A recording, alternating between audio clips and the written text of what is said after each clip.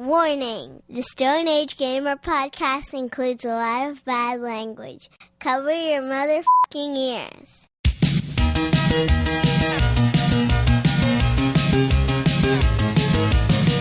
Good evening and welcome to the Stone Age Gamer podcast. I'm Kris Randazzo, and joining me tonight is the single most disturbing looking Little Mac ever conceived, Dan Ryan. Aw, I think I'm offended by that.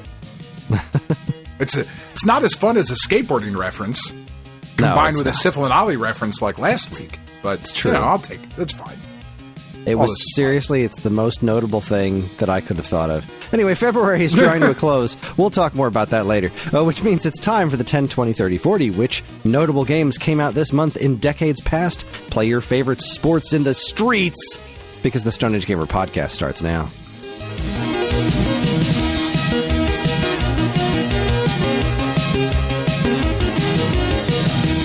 Well, hi, everyone. This is episode 555. It is the week of February 28th, 2025. And welcome. For anyone new here, this is the official podcast of StoneAgeGamer.com. Dan and I talk every week about what's happening in the world of video games from a retro gamer's perspective, as well as whatever the hell else is going on in our lives. But before we get to any of that, let's start off with our feature topic, which is the 10, 20, 30, 40. Like I just said a few moments ago, every month we take a look back at notable game releases that came out in this month, 10, 20, 30, and 40 years ago. Are you ready, Dan? You ready to jump in and do this thing? 100%. Feeling frisky? Always. I mean, you look frisky. That's how I ended up in this situation, Kris. I can't see you, but I feel that if I were to see you, you would look frisky. Very tight sweatpants. Just the tightest. And you're wearing them on your head. Yeah, which is odd, but it accentuates my good feature. He's talking about his schlong. That's right, because I'm pantsless everywhere else, Kris. You got pants on your arms, pants on your head, nothing else. Nothing else. No, just a sock like a Red Hot Chili Peppers poster. All right, man. Well, let's jump into our... Jesus. God. Well, Dan, that's the thing. We'll never be as old as Jesus. That's right. Not with that attitude. My friend was celebrating her birthday last week, and she said, "Oh, I'm on the better half, the later half of 35 now." I was just like, well, you'll never be as old as me." She was like, right? Thank you. That makes me feel a lot better. Like, cool, you're welcome. Makes me feel a lot worse. I know. Like, staring 50 in the balls. Like, I don't like it. Just staring straight at him. Straight at him. Right in the huevos rancheros. Fucking old man balls. It's gross. Anyway, 10, 20, 30, 40. Let's talk about that. So I assume we're going to be talking about one of the EA Sports Street games. Possibly more than one. I'm very excited about it. I fucking love those games. And I knew you did, which is why I made the specific call out. Because I'm here to care about you, Dan. That's really what this whole podcast is for.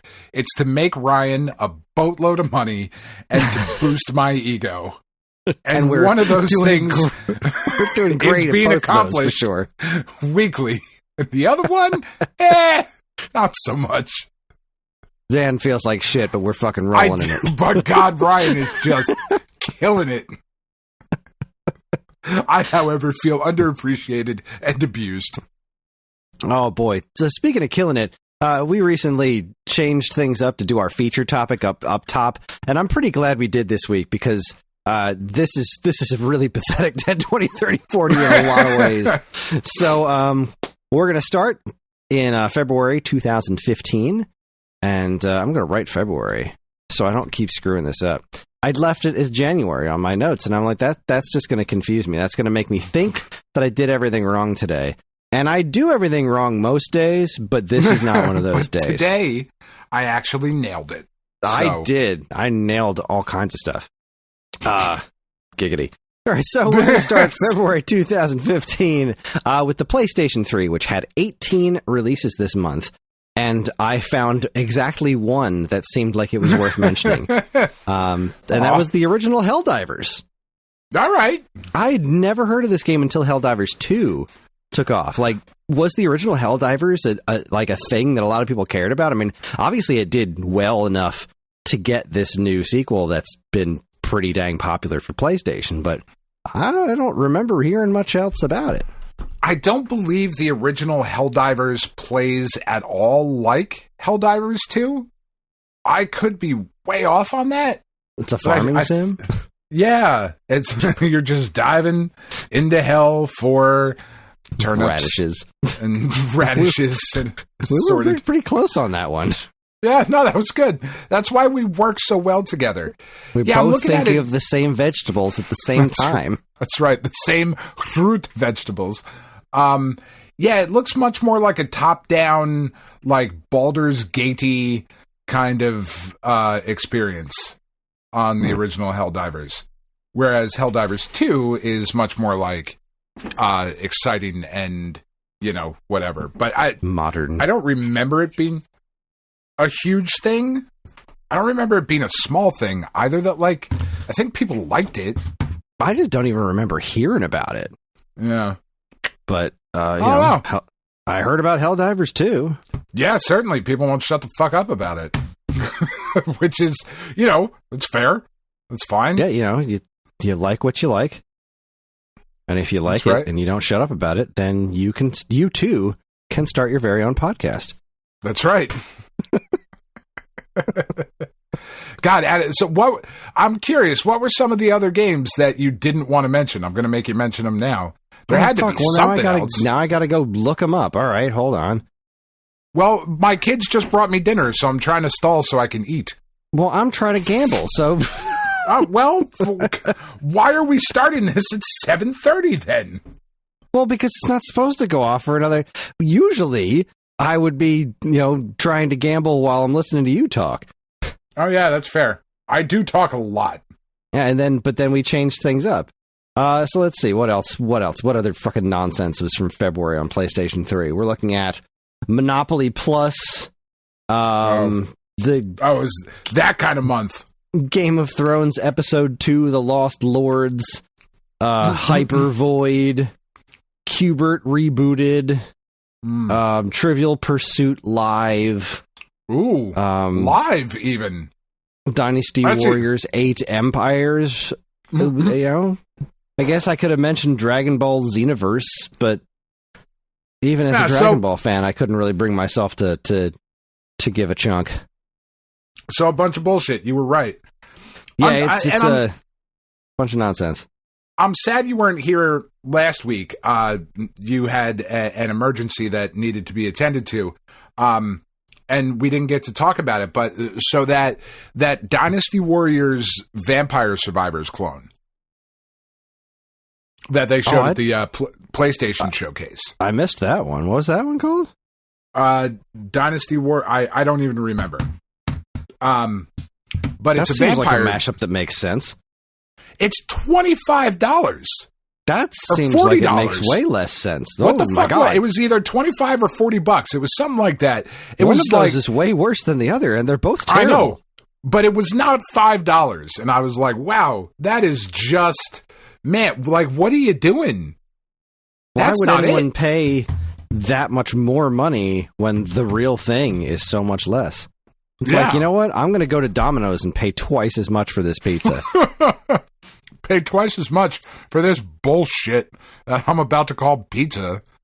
Yeah. So what? So how's the chicken? Now I'm really curious. How is the? Oh, it's so fucking good. It's so good. It's orangey and delicious because it's chicken thighs.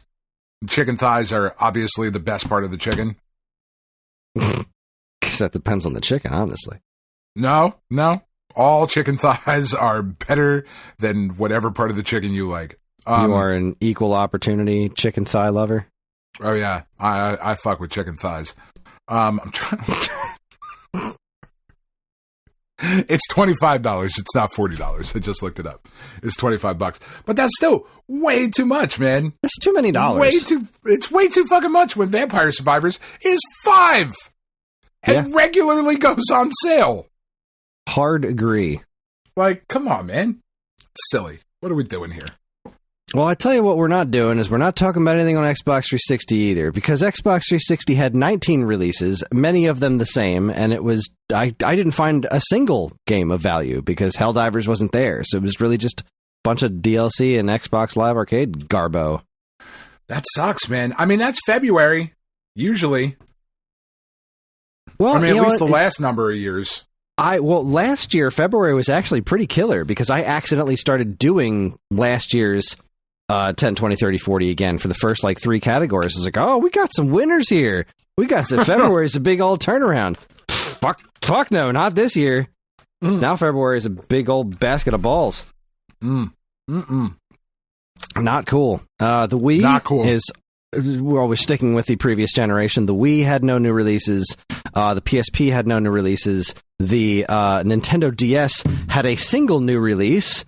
A color matching puzzle game based on Around the World in 80 Days, which I am certain Jackie Chan is Owen Wilson vehicle. No, the book, The original. Oh, wow! Good it's God. just generic. Why? I don't Who greenlit know. that? I don't know. It was the only release that came out on the DS. It was obviously DSiWare because. I don't know. Somebody somewhere thought, you know where the money's at. Making puzzle games based on really old properties that nobody pays attention to. Wow. That's where the money's. That's where the cash prizes are at. Sign me the fuck up. Is Owen Wilson even in Around the World and Jackie Chan? Or am I'm thinking of Shanghai Nights. No. Well, I don't know if you. Yeah. Maybe not Owen Wilson, but there was a Jackie Chan Around the World in 80 Days. That's a thing. You didn't make that up. Okay. You're not crazy for that reason. we need to know who was Jackie Stan's Jackie Chan's Stokar. Now I'm looking at Jackie Chan, Steve Coogan, Jim Broadbent was in it. Like that guy. Kathy Bates as Queen Victoria. Oh. Ian McNeice as Colonel Kitchener. Oh, and we know what you're watching for the rest of the night. Kris, not but the David Ryle as Lord Salisbury of the Stake. Yeah, well, that's Owen Wilson. Just delicious. I was definitely thinking of Shanghai Nights. So that was the previous generation, but in this year of our Lord 2015, we weren't in those were the older platforms. We're in PS4, Xbox One, Wii U territory. So let's see how the more modern platforms handled things in this particular month. And the answer is not extraordinary, but ever so slightly better. The PlayStation 4 had 28 new releases, largely DLC and PSN Garbo, according to where do I get this stuff from? Metacritic? Is that where I get these things? Yeah, I get this information and release dates from Metacritic, so they do tend to mix in DLCs as individual releases and stuff, so which makes this not the most accurate thing in the world, but that's how I feel about myself too. So that's right. Anyway, PlayStation 4, there was Limbo hit the PlayStation 4. That is a very good game. Yeah, that's a pretty cool game. I don't think that was the first platform it landed on, but this is the first time it was on PlayStation 4. And this was also the month that The Order 1886 came out, which I remember also being a good game. Yeah, that was pumped pretty big at the time. There was news recently that the studio was like, "Hey, we're ready. Let's make another one." And somebody was just like, "Nah." It just didn't perform very well. I don't know what again, people were expecting. I know how it feels. Yeah, not performing well. Yeah, no, I don't perform well under many situations. I don't know. I liked it. I thought it was a cool game. Meanwhile, the competition... I would be down for another one. The Xbox One had 19 releases, and there was... The Escapists came out, and that was really all that I looked at that seemed like it was worth mentioning. So, yeah. That's a game that I think I own in multiple places without having ever paid for it. And I've never played it. But I just keep getting it. Yeah, like I think I've gotten it like on a computer thing and in a Humble Bundle a few times, I feel, and like feel like they gave it away on PlayStation at some point. Huh. I don't own it on anything, but it seems like an interesting concept. Not interesting enough for me to actually go and play it, but interesting concept. I understand why people like it. And it does seem to have quite the following. Or at least from what I've come to understand. Anyway, the Wii U had 10 releases, so, not that far behind the competition, half. And it had a bunch of DLC. But for the Wii U, that's a banner month. Yeah, well, a bunch of DLC and eShop garbage, but it also had Kirby and the Rainbow Curse, which is an honest-to-goodness video game. Is it any good, though? It's okay. Okay. So it's pretty decent game. It's a sequel to the excellent Kirby and the Canvas Curse for Nintendo DS.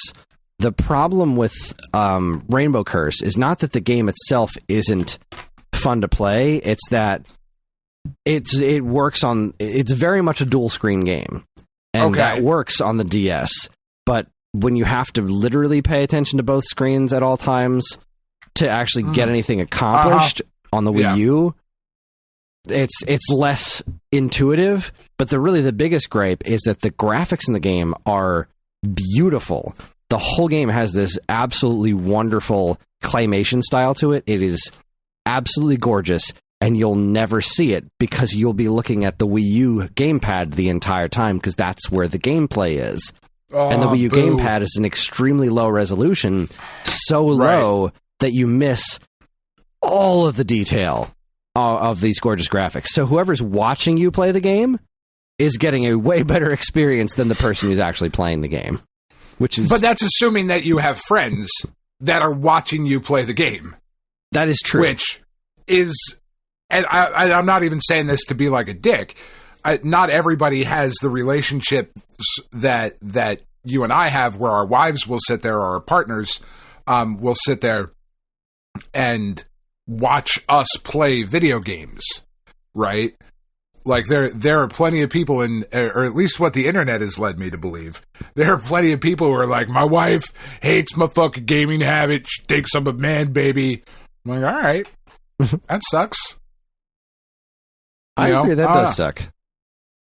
So, we're not off to a fantastic start here. The Ouya had Deus Ex. The Ouya got Deus Ex Machina Game of the Year 30th Anniversary Collector's Edition. Yes, that's the whole title. That's a lot of subtitles for an Ouya vehicle. And at first I thought, wow, they put Deus Ex on this? No, this isn't like the modern Deus Ex game. This is a like an MSX game or something. Like the original Deus Ex? Deus Ex Machina, not Deus Ex. So this is unrelated. Okay, sorry. Yeah, we're talking it's 30th anniversary. So yeah, we're talking an old property here. An old MS-DOS joint. Just getting ported to the Ouya in the fanciest of all possible formats. In 2015. Wow, that's weird. Wondrous. Yeah. Now I'm going to skip over the 3DS for a moment and cover the PlayStation Vita. Because the cock tease. Look at you. Well, the PlayStation Vita, it continues to be the Vita, where it has 59 goddamn releases. Absolutely nothing of value. It's just DLC, Japan-only releases, PlayStation Network Garbo. But one game did stick out, and I use the word game extremely loosely. Sure. The title is King James Version Bible. Oh. For the PlayStation Vita. That sounds like a fucking rip-roaring good time. You can buy the Bible on your Vita. I did not know you could do that.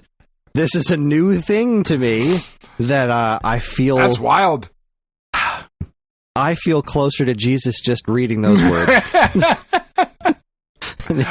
Why carry a book when I could read the Bible on my video game console? Yeah, no, that makes just perfect sense to me.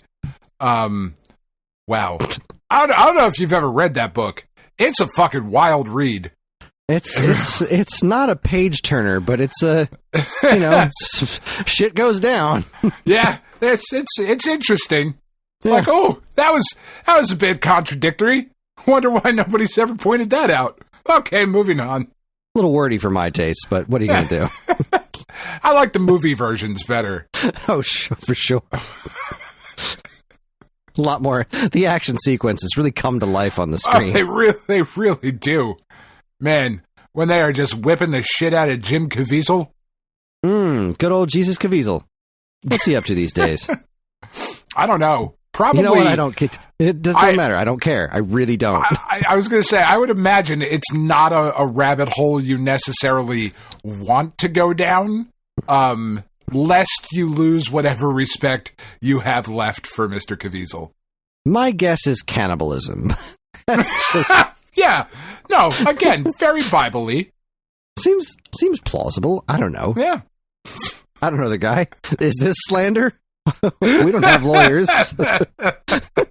Ryan does. It's all right. Yeah, Ryan does. He can afford lawyers. Yeah, right. Pay for this. He'll fucking lawyer up. It's going to be just fine. I really like... Actual cannibal Jesus Caviezel. I mean, maybe don't put that as the episode title, but maybe do. I just, in moments like this, I like to imagine a Family Guy type cutaway situation where Jim Caviezel is actually a big fan of the show, and he's just real nervous to actually write in and say anything. But now he's listening to us just drag him through the mud and call him a cannibal. And he just is sitting there going, aw. You know he's not going to put down his man steak long enough to type him up his jaws. Oh, these finger foods are so good. Delicious. Anyway, moving on from the Bible and cannibalism on the PlayStation Vita. There is actual cannibalism in King James Bible for PlayStation Vita. I can confirm that based on absolutely no real information. Based on as much research as everybody else on YouTube or with a podcast does. Look, I know exactly as much about King James Bible on PlayStation Vita as I know about Jesus Caviezel. So clearly I'm the expert here. You're right. Allow me to step off of my high horse and bow to the fount of knowledge. Knowledge passed down from the mountaintops. Anyway, right. So the reason I held off on the 3DS is because the 3DS actually did have a great month. So the 3DS had 25 releases. Okay. We're talking Pokemon Shuffle. That's a lot. Okay. Yeah, it was a lot. Pokemon Shuffle, Monster Hunter 4 Ultimate, Legend of Zelda Majora's Mask 3D. Sega dropped 2 of their 3D classics, 3D Fantasy Zone and 3D Afterbirth 2. The Flipnote Studio 3D came out, which was super fun for like goofballs that really like to send messages to each other. Yeah. Ace Combat Assault Horizon Legacy Plus. A bunch of DLC and eShop Garbo, but also the new Nintendo 3DS hardware. Oh, shit. Yeah, that's a good month. Yeah, that is a solid-ass month right there. So I don't think there is any question which platform takes the gold for February 2015. PlayStation. PlayStation Vita. 3, obviously. No, Vita. Sorry. 100%. It's Vita. It's the Bible, Kris. It seemed like it was dead, but then it just came back. And now any roadside motel that you stop in has a PlayStation Vita in the nightstand. That's right. Ready for you to peruse at your leisure. It's queued up with the sounds from Altered Beast, so you know when you get there, when you get to that chapter, it's rise from your grave. This might be our most sacrilegious episode ever. We're only 28 minutes in. Let's see what else we can do. There was so as an aside, somewhat tying into that. You know how when a new pope is elected, right? The smoke comes out of the chimney in the Vatican, right? You know that. I did not know that because I don't know anything about Catholicism, and that's okay. Are you fucking serious? Yeah. So when the council of pedophiles gets together and elects the Council of Kangs, got it? Yeah, got it. Similar. When they get together and they elect a new pope, the way that they let the city know that a decision has been made and it's going to be Pope who's your mama the 30th or whatever name they pick. They light a thing and it comes out of the chimney at the Vatican. So there is currently a gigantic fire happening in Camden, New Jersey, like big enough for me to see it from my house. And I don't live in the town next to Camden, nor do I live in Camden. I live many towns over from Camden. So if you could quantify it by how many popes it is. So no, in the South Jersey subreddit, because that's where I go for my news. I was like, I wonder if anybody's talking about this because I don't know what the fuck it is, and I'm not driving to Camden to figure it out. So, lo and behold, there is a post that said, "Anybody know what the fuck this fire is? It's either in Philly or South Jersey." And the first response was, "The gang elects a new pope." And I just thought that was really fucking funny, even though I don't love It's Always Sunny in Philadelphia. I just saw that and went, that's great. I love that was the first response to this post. Not news, but just taking the piss. Nice. So, sacrilege. Moving on. It's what's for dinner. It is. No, it was orange chicken parm. Oh, true. So good. I'm done and I want more now. Okay, hold on one moment. The pop went off, and I'm just making sure everything went where it's supposed to be. I think it did. I think everything's free and clear here. It looked like I got it on all three of the devices. Back and to the left. Back and to the left. 34.29. 369. That's like $130. It's not bad. What a day to be me. There it is. Great day in the morning. All right, I'll worry about spinning through all that nonsense later when I don't have to pay quite so much attention to what I'm actually doing. That's right. Anyway, where were we? We were heading back to February 2005. So this is 20 years ago this month. And we're going to kick things off with the old PlayStation 2. Which, as you may remember, was a moderately successful game platform. Yes. 57 goddamn releases. Every single one of them a banger. Every single one of them, King James Bible. Nah, there was actually a lot of nonsense, King James, obviously. The King Jim, the King Jimbo, for our Southern Baptists. Good old King Jim Bob. Let's see. So 57 releases. A lot of them were Japan releases and shovelware, obviously. But we had some pretty killer stuff in here. We had Fight Night Round 2. We had Tekken 5. We had Gran Turismo 4. We had FIFA Street and MVP Baseball 2005. A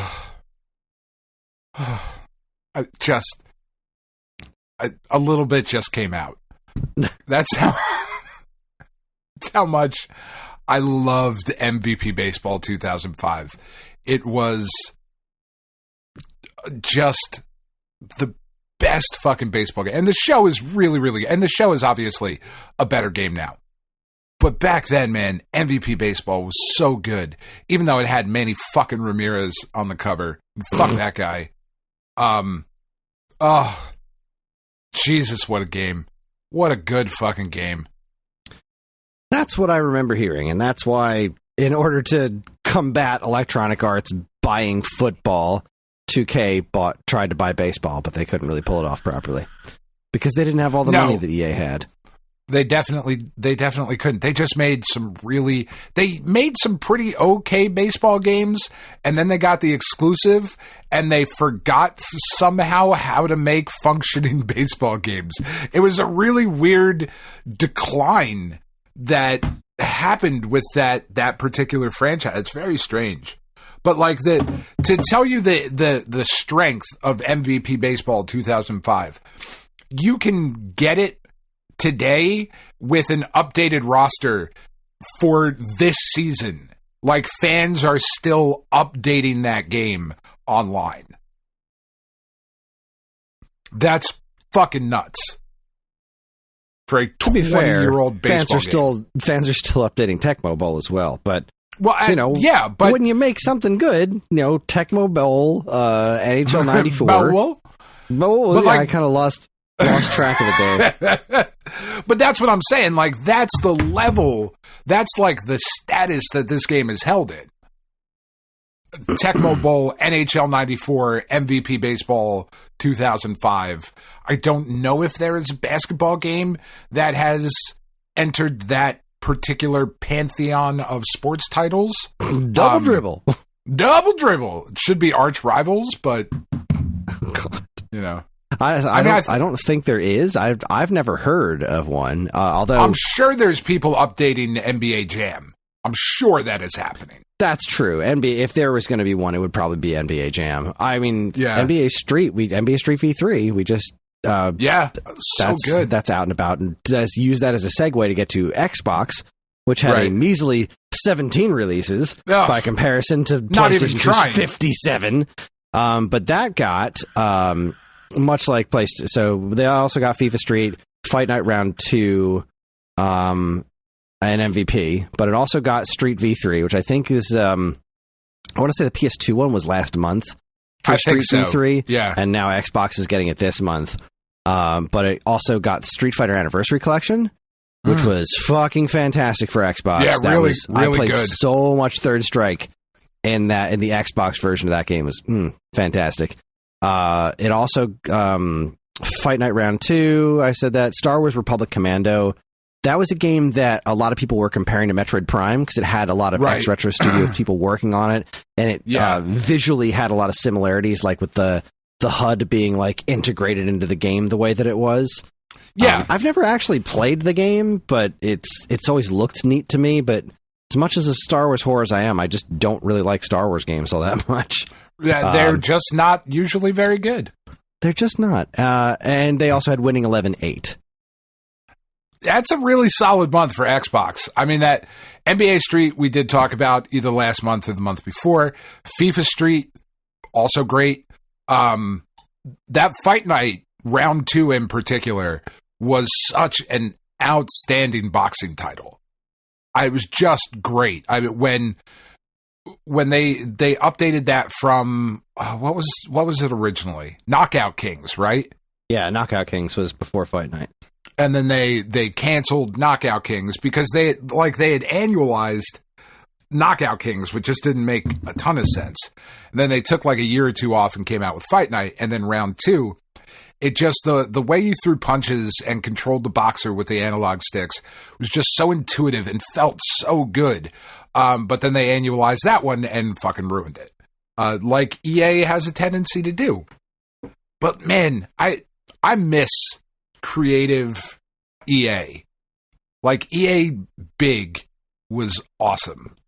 Somebody, Electronic Kris, Arts got big from doing good stuff. They made cool shit.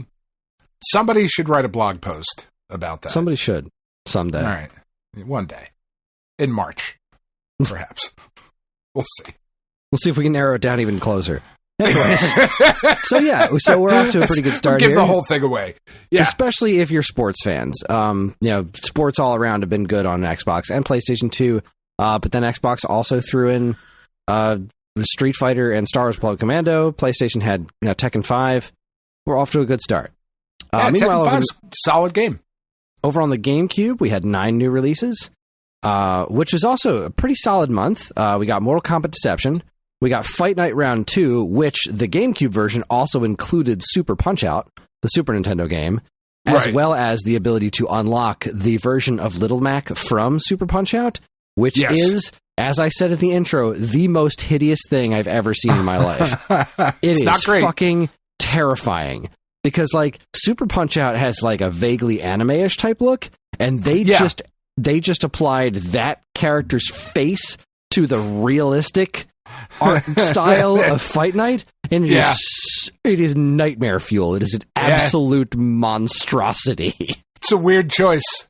It's a weird really choice. Not okay. It looks like somebody was fucking around, or the bosses thought they were fucking around, and it was like, oh no, it's going out like this? Oh, okay. All right. I thought we were kidding, but it's too late now.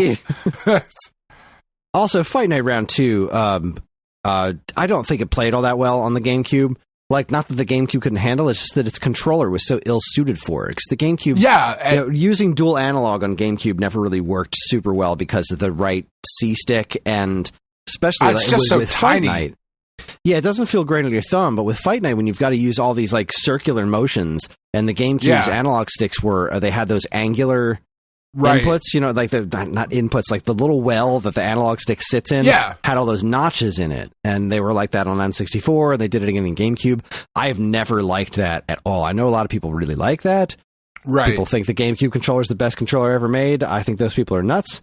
And don't get me wrong, I love that controller, but there are things about it that really bother me, and that's one of them, the non-round analog stick things, and it really hurt trying to play Fight Night on that platform, because I was like, this really one's got Super Punch-Out. That's super cool. I think I'll get this version. And then I played it in my store and was like, absolutely the fuck not. Yeah, it's just hard to do. It just felt so chunky. Yeah, like imagine trying to play competitive Street Fighter with the C-stick on the GameCube controller as your joystick. Yeah, like what are we even doing here? Yeah, just not great. But so anyway, a Mortal Kombat Deception, a little bit later than the other platforms, but it's still got it. Then we got Fight Night Round 2, MVP 2005, FIFA Street, NBA Street V3, and then the good old Nintendo exclusive Star Fox Assault. So that, how do people feel about that? I'm not a Star Fox guy. That's well documented on this program. But that's not the on the ground one, right? That's Adventure. Star Fox Adventures was Dinosaur Planet, the Zelda style game that Miyamoto was just like, make it a Star Fox game, and and that's a decent game. It really is. It's rare. It is a decent game. I enjoyed Star Fox Adventures. I did. So Star Fox Assault is this weird situation because Star Fox Assault is pretty good. And the reason it is such a huge disappointment is because this is Star Fox by way of the Ace Combat team. Which sounds like it should be incredible. Exactly. That it's anything less than phenomenal is a huge disappointment. Yeah. Like, how did they come up with a Star Fox game that's just okay? Like, it's fine. It's not bad. It's not great. It's just kind of there. Like, how did that happen? Like, that seems like such a hit, and it wasn't a full-on miss. It just wasn't very good, and that's a huge bummer. That is a bummer. But that's the situation with Star Fox Assault. Still, that's solid months all around. Everybody's got at least good. One big, everyone's got the third party stuff is kind of similar around the board, but like PlayStation's got exclusive Tekken 5 and Gran Turismo.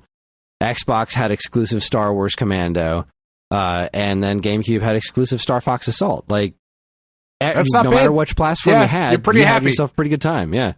This is what a February is. This is a good solid February right here. None of that 10 years ago nonsense. This is how you February. That's right, fuckers. Yeah. If you're listening, and I know you are, Phil Spencer. You sure are. He listens to everything. Fucking dick. That's right. Keep wearing a Hexen shirt and don't fucking do anything about it, asshole. I don't even like that game. I just think it's neat. Meanwhile, in the handheld territory, the Game Boy Advance had 14 releases, most garbage movie tie-ins and all that kind of nonsense, but it did have Klonoa 2 Dream Champ Tournament. Okay. I don't know what that is. I don't know that I've played that one. I like the Klonoa games too. Yeah, we covered one of the Klonoa Game Boy Advance one on, I think, the regular Super Series way back in the old days. But I don't know that one. This makes it seem like it's not a platformer. But is it like Mega Man Power Battles? Fucking fighting game with Klonoa?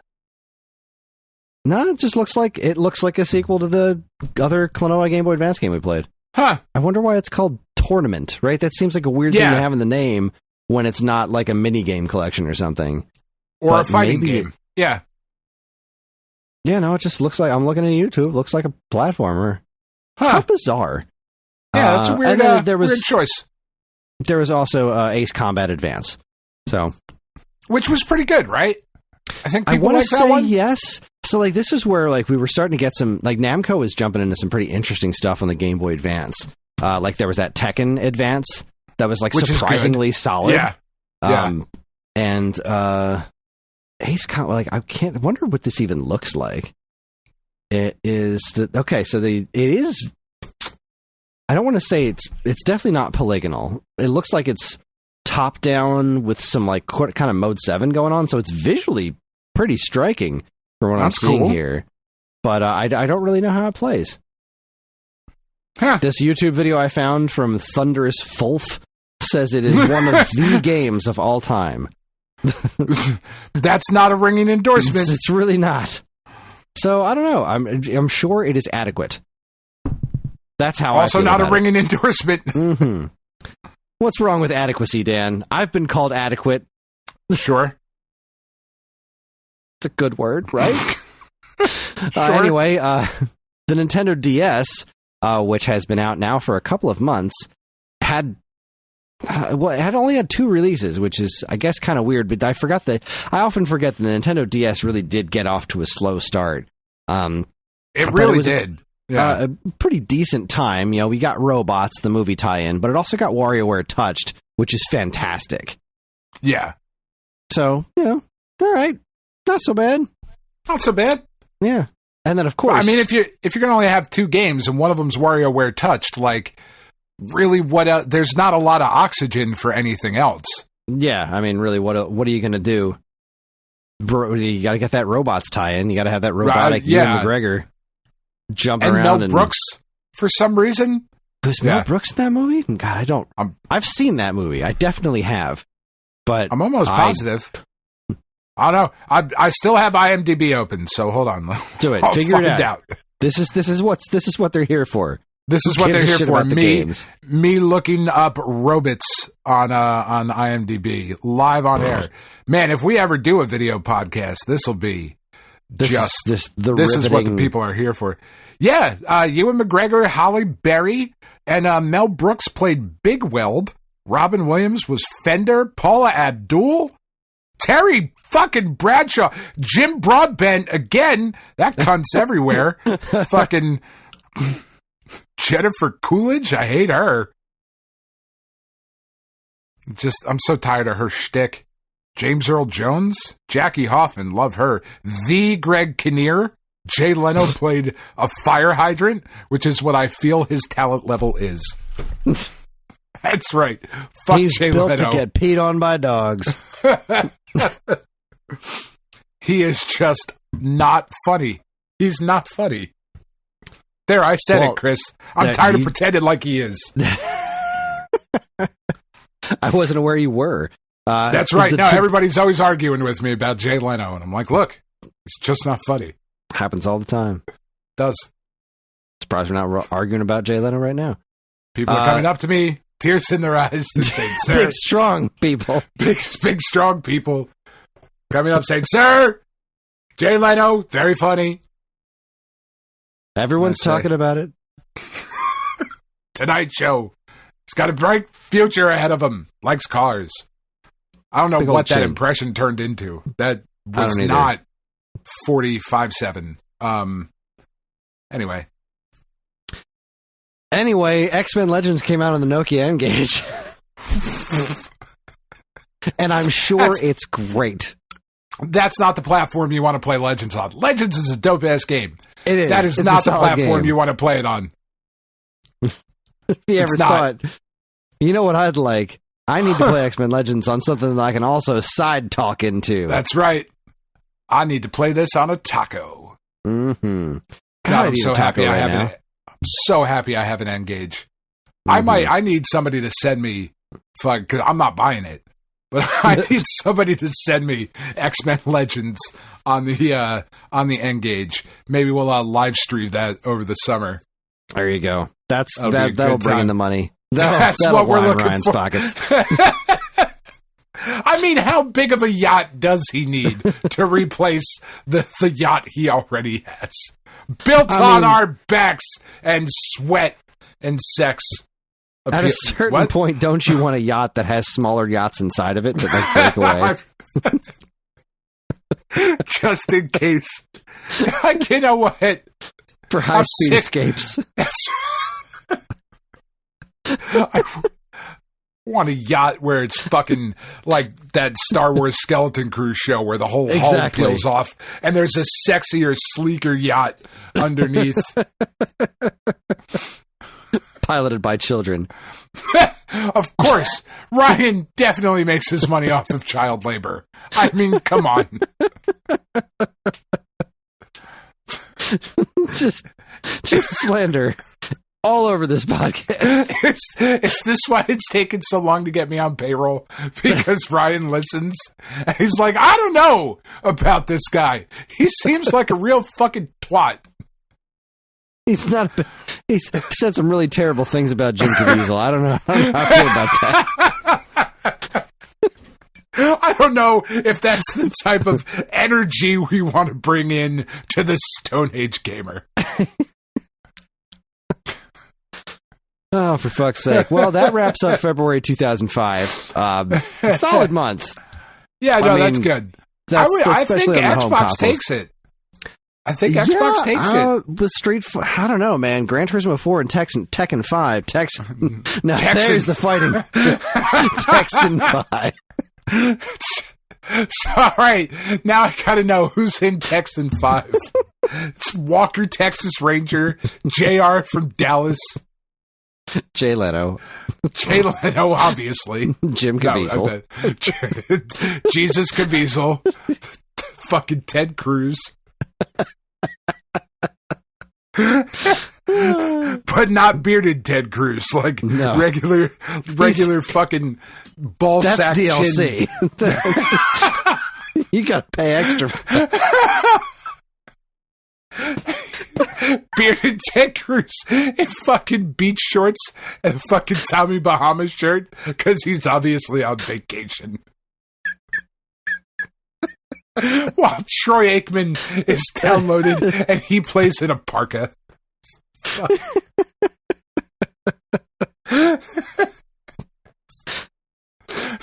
Yeah, I think there's an argument to be made for Xbox taking it. Although Gran Turismo 4 and Tekken 5 in the same month is pretty. That's pretty good. Pretty fantastic. That's pretty good. I'm just saying for us, right? Like, I like Tekken a lot, but that anniversary collection for Street Fighter was so good. It really was. I recognize how good Gran Turismo is and could not give a flying fuck less. It's too real. I just don't care how many stitches are on the seats, you know what I mean? Yeah, I adore racing games, but like Tokyo Extreme Racer and Burnout is where like my head's at, not the realistic shit. I'm the arcade racer guy through and through. I recognize that Gran Turismo, each and every one of them, have been a fucking masterpiece of racing simulation. I get that. It's just not for me. Hard agree. Oh, God damn it. Oh, I'm so gassy. I'm so gassy.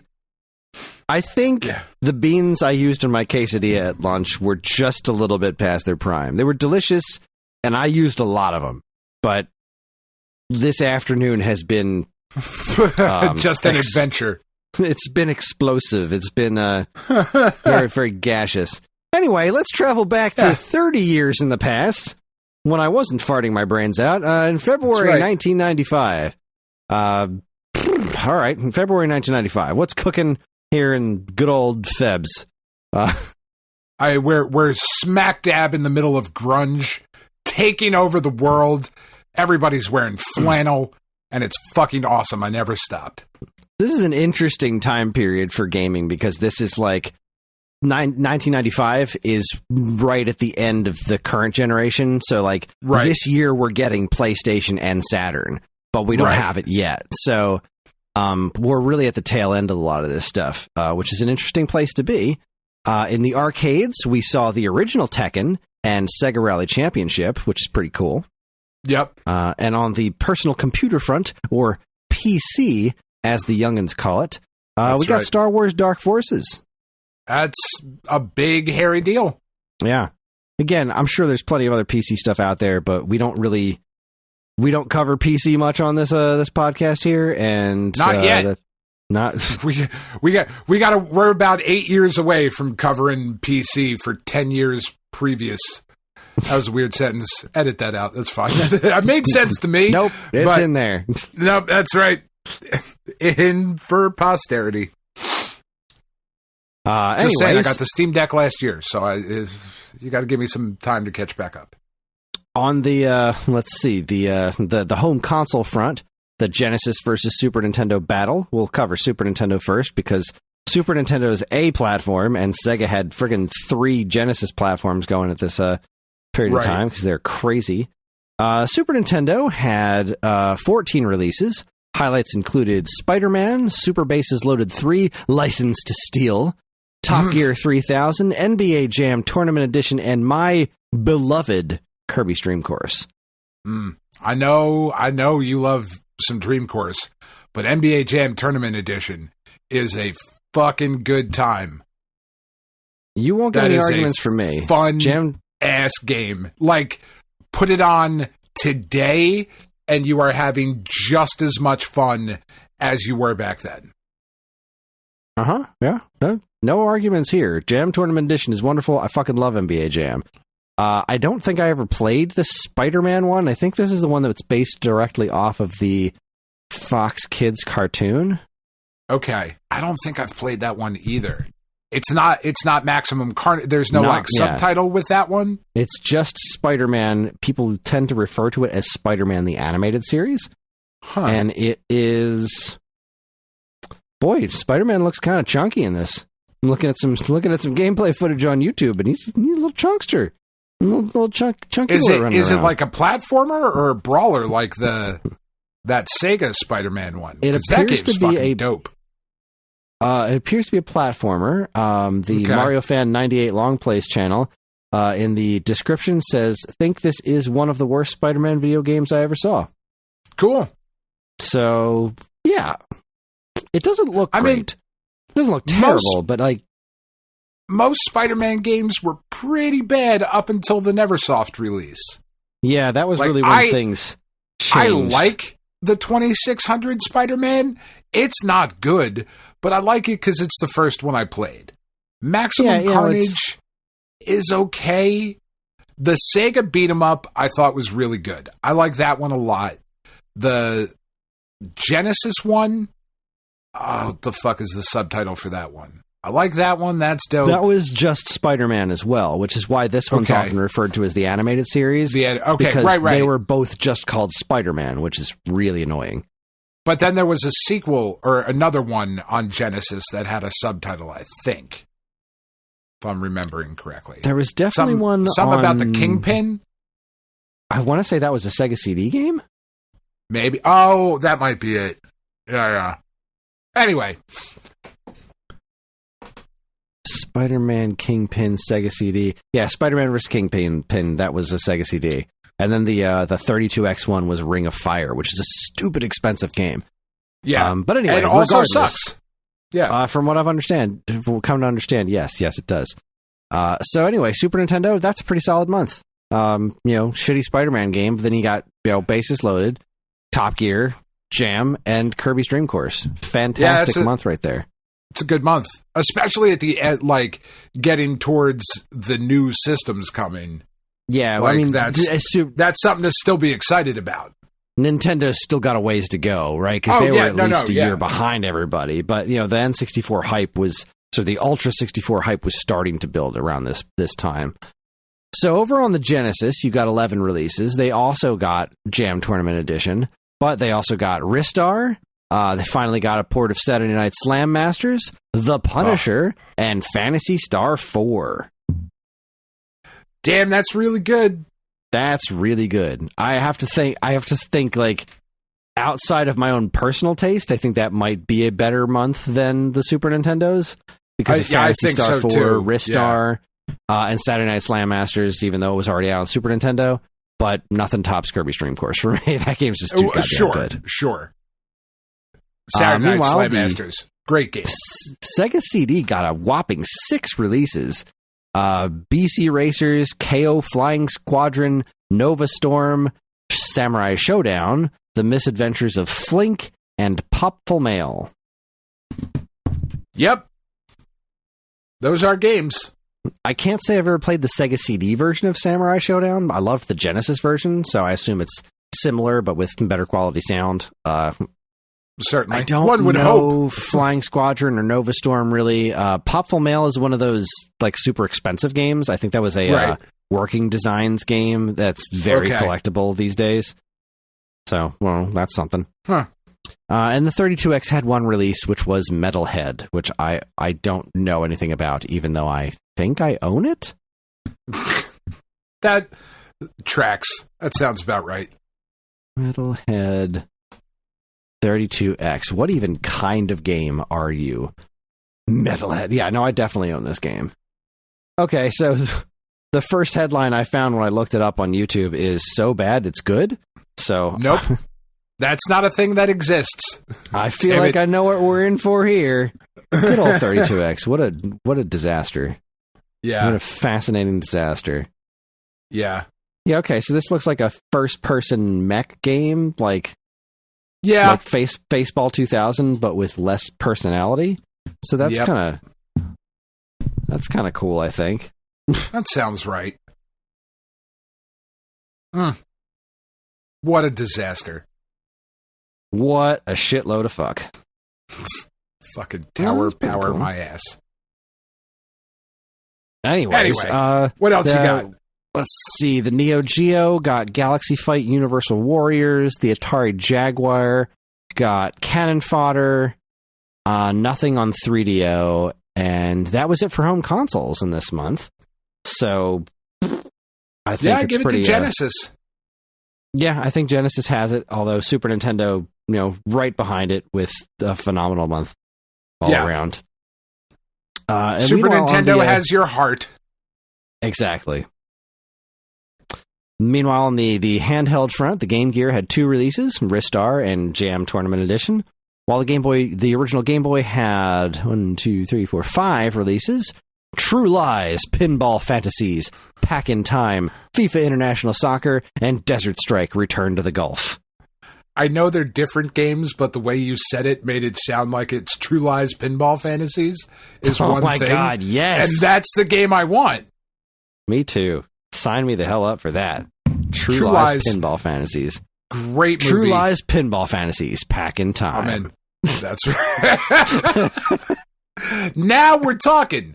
Now I'm just imagining Jamie Lee Curtis in that black dress fucking going around eating pellets while Arnold Schwarzenegger pretends to be tied up in the middle of the screen.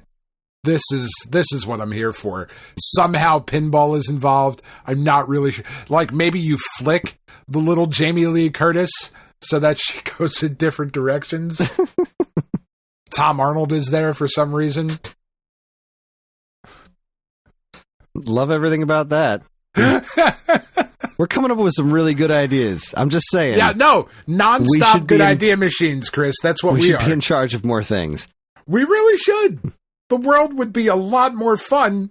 I don't know that it would work for anyone, but you would have a True Lies Pinball Pac-Man game. And isn't that something that everyone wants? Look, people tell me all the time, They come up to me. Big tears in their eyes. Tears in their eyes. Big, strong men with Diet Cokes. Tears in their eyes. With Diet Coke in their eyes. Come up. And they say, President... They say, President Elon. And I say, that's not me. And say, no, sorry. King. King Elon. No, still not me. My liege.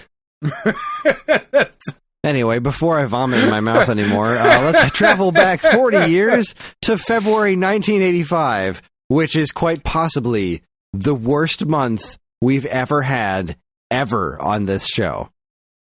You ready for this? I am. Arcade, no notable releases. PC, nothing that I could find. Atari 2600, jack shit. Intellivision, nothing until fucking October. ColecoVision, absolutely nothing. There was one game for the Atari 5200. No, there wasn't. Sorry, that doesn't hit till April. So there was a single game released this month, as far as I could tell. And it was Blackjack, the Game & Watch game. That's it. Wow. February 1985 was a game. That sucks. That is a video game crash, kids. That is it right there. That's what we're looking at. And this is like... Oh, this is balls deep into it, too. This is it. If you fuckers keep buying Call of Duty, that's where we're headed. Just saying. You want to get back to that? You want nothing but Blackjack for Game & Watch? Do you want ants? Nothing but this is how we get ants. A single fucking Android app won't even hit the iOS store? Ugh, that's bad. That's real bad. Yeah, that's brutal. I'm so looking forward to, like, I think in a year or two, we're going to start getting to the really interesting, like, super late Atari games where they were trying to basically have the 2600 compete with the NES, which was insane. Yeah. And there's a bunch of really interesting releases. But I think the 40 is going to be kind of rough. Well, I mean, in October, the NES comes out, right? So we're going to have a bunch of interesting games then. But then nothing really hits the NES until, I think, like, February of the following year, even longer than that. Like, the real proper rollout for when we start seeing more NES games is like, it's going to be a dearth. The 40 is going to be rough going, but that is the 10, 20, 30, 40 for February 2025. That wraps up our first segment of the show, which means it's time for us to take a break. So we're gonna do some commercials, and when we come back, we're gonna talk about what's new at Stone Age Gamer, and we're gonna cover week old news. You're listening to the Stone Age Gamer podcast from Geekade.com. Stick around.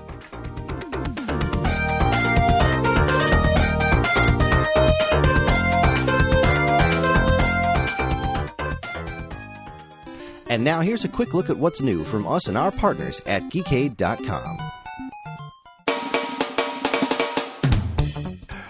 First up, Star Wars is good stuff. And Skeleton Crew was a rootin' tootin' darn good time.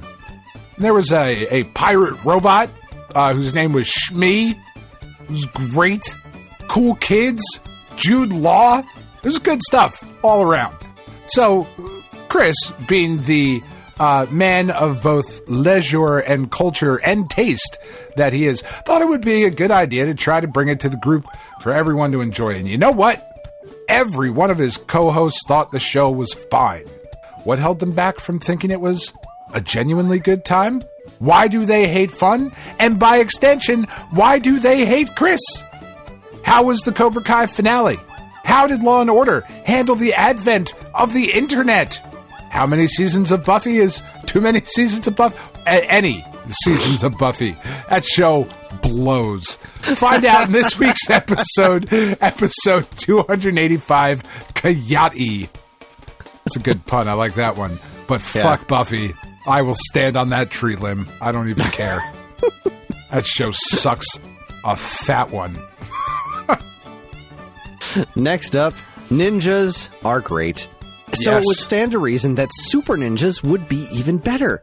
After all, as the documentary Teenage Mutant Ninja Turtles 2: The Secret of the Ooze has taught us, a super shredder is pretty damn cool. So it would be downright silly to assume the same principle wouldn't apply to all ninjas.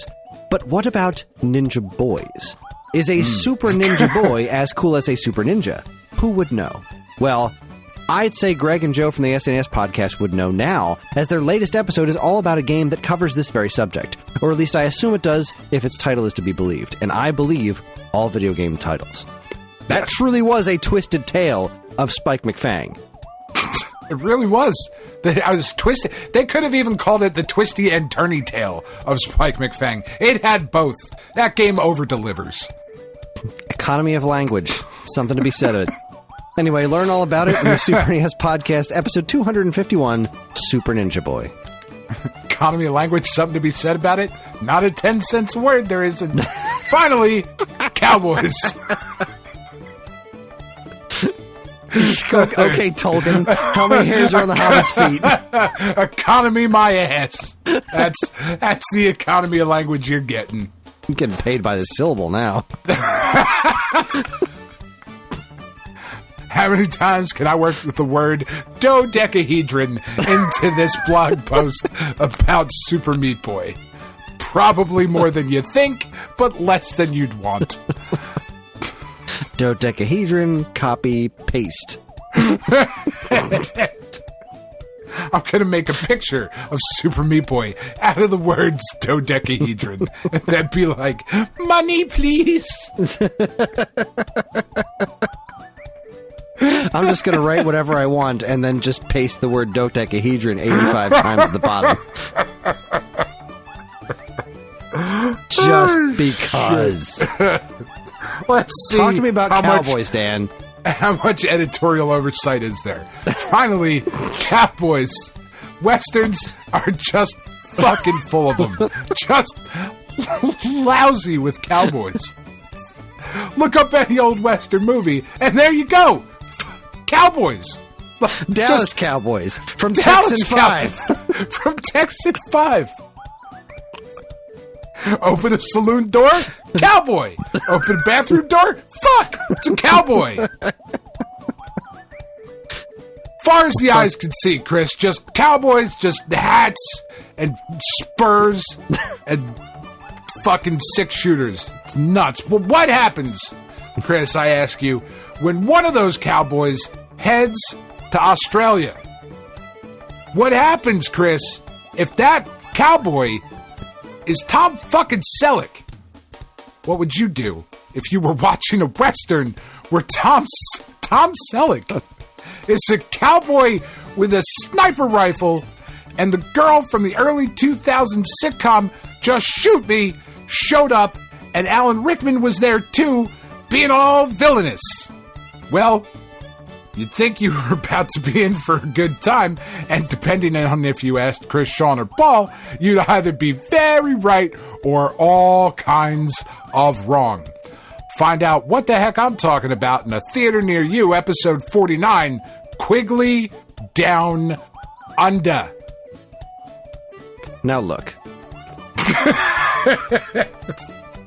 Nope. The whole idea for the Alphabet Super Series came from our alphabetic movie selection, right? Right. Every month, yeah, there's another not movie. A lot of Q.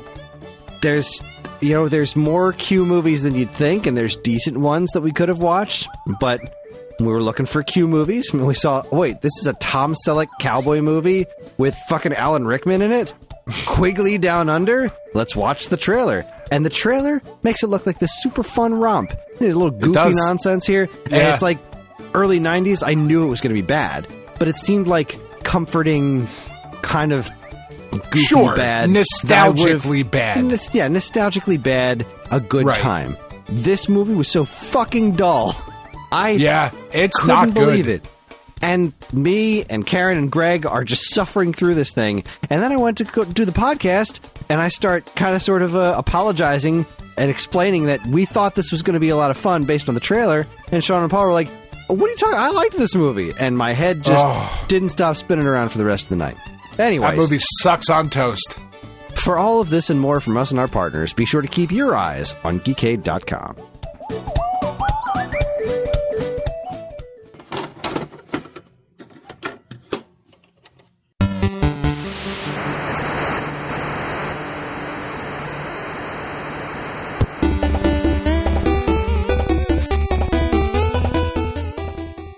All right, welcome back. from our break. It is time to talk about what is new at Stone Age Gamer, and it's been an interesting week. They've been working super hard on getting all of the Vengeance Hunters pre-orders out, and I was told this morning that all of our pre-orders for Vengeance Hunters have been sent out into the world.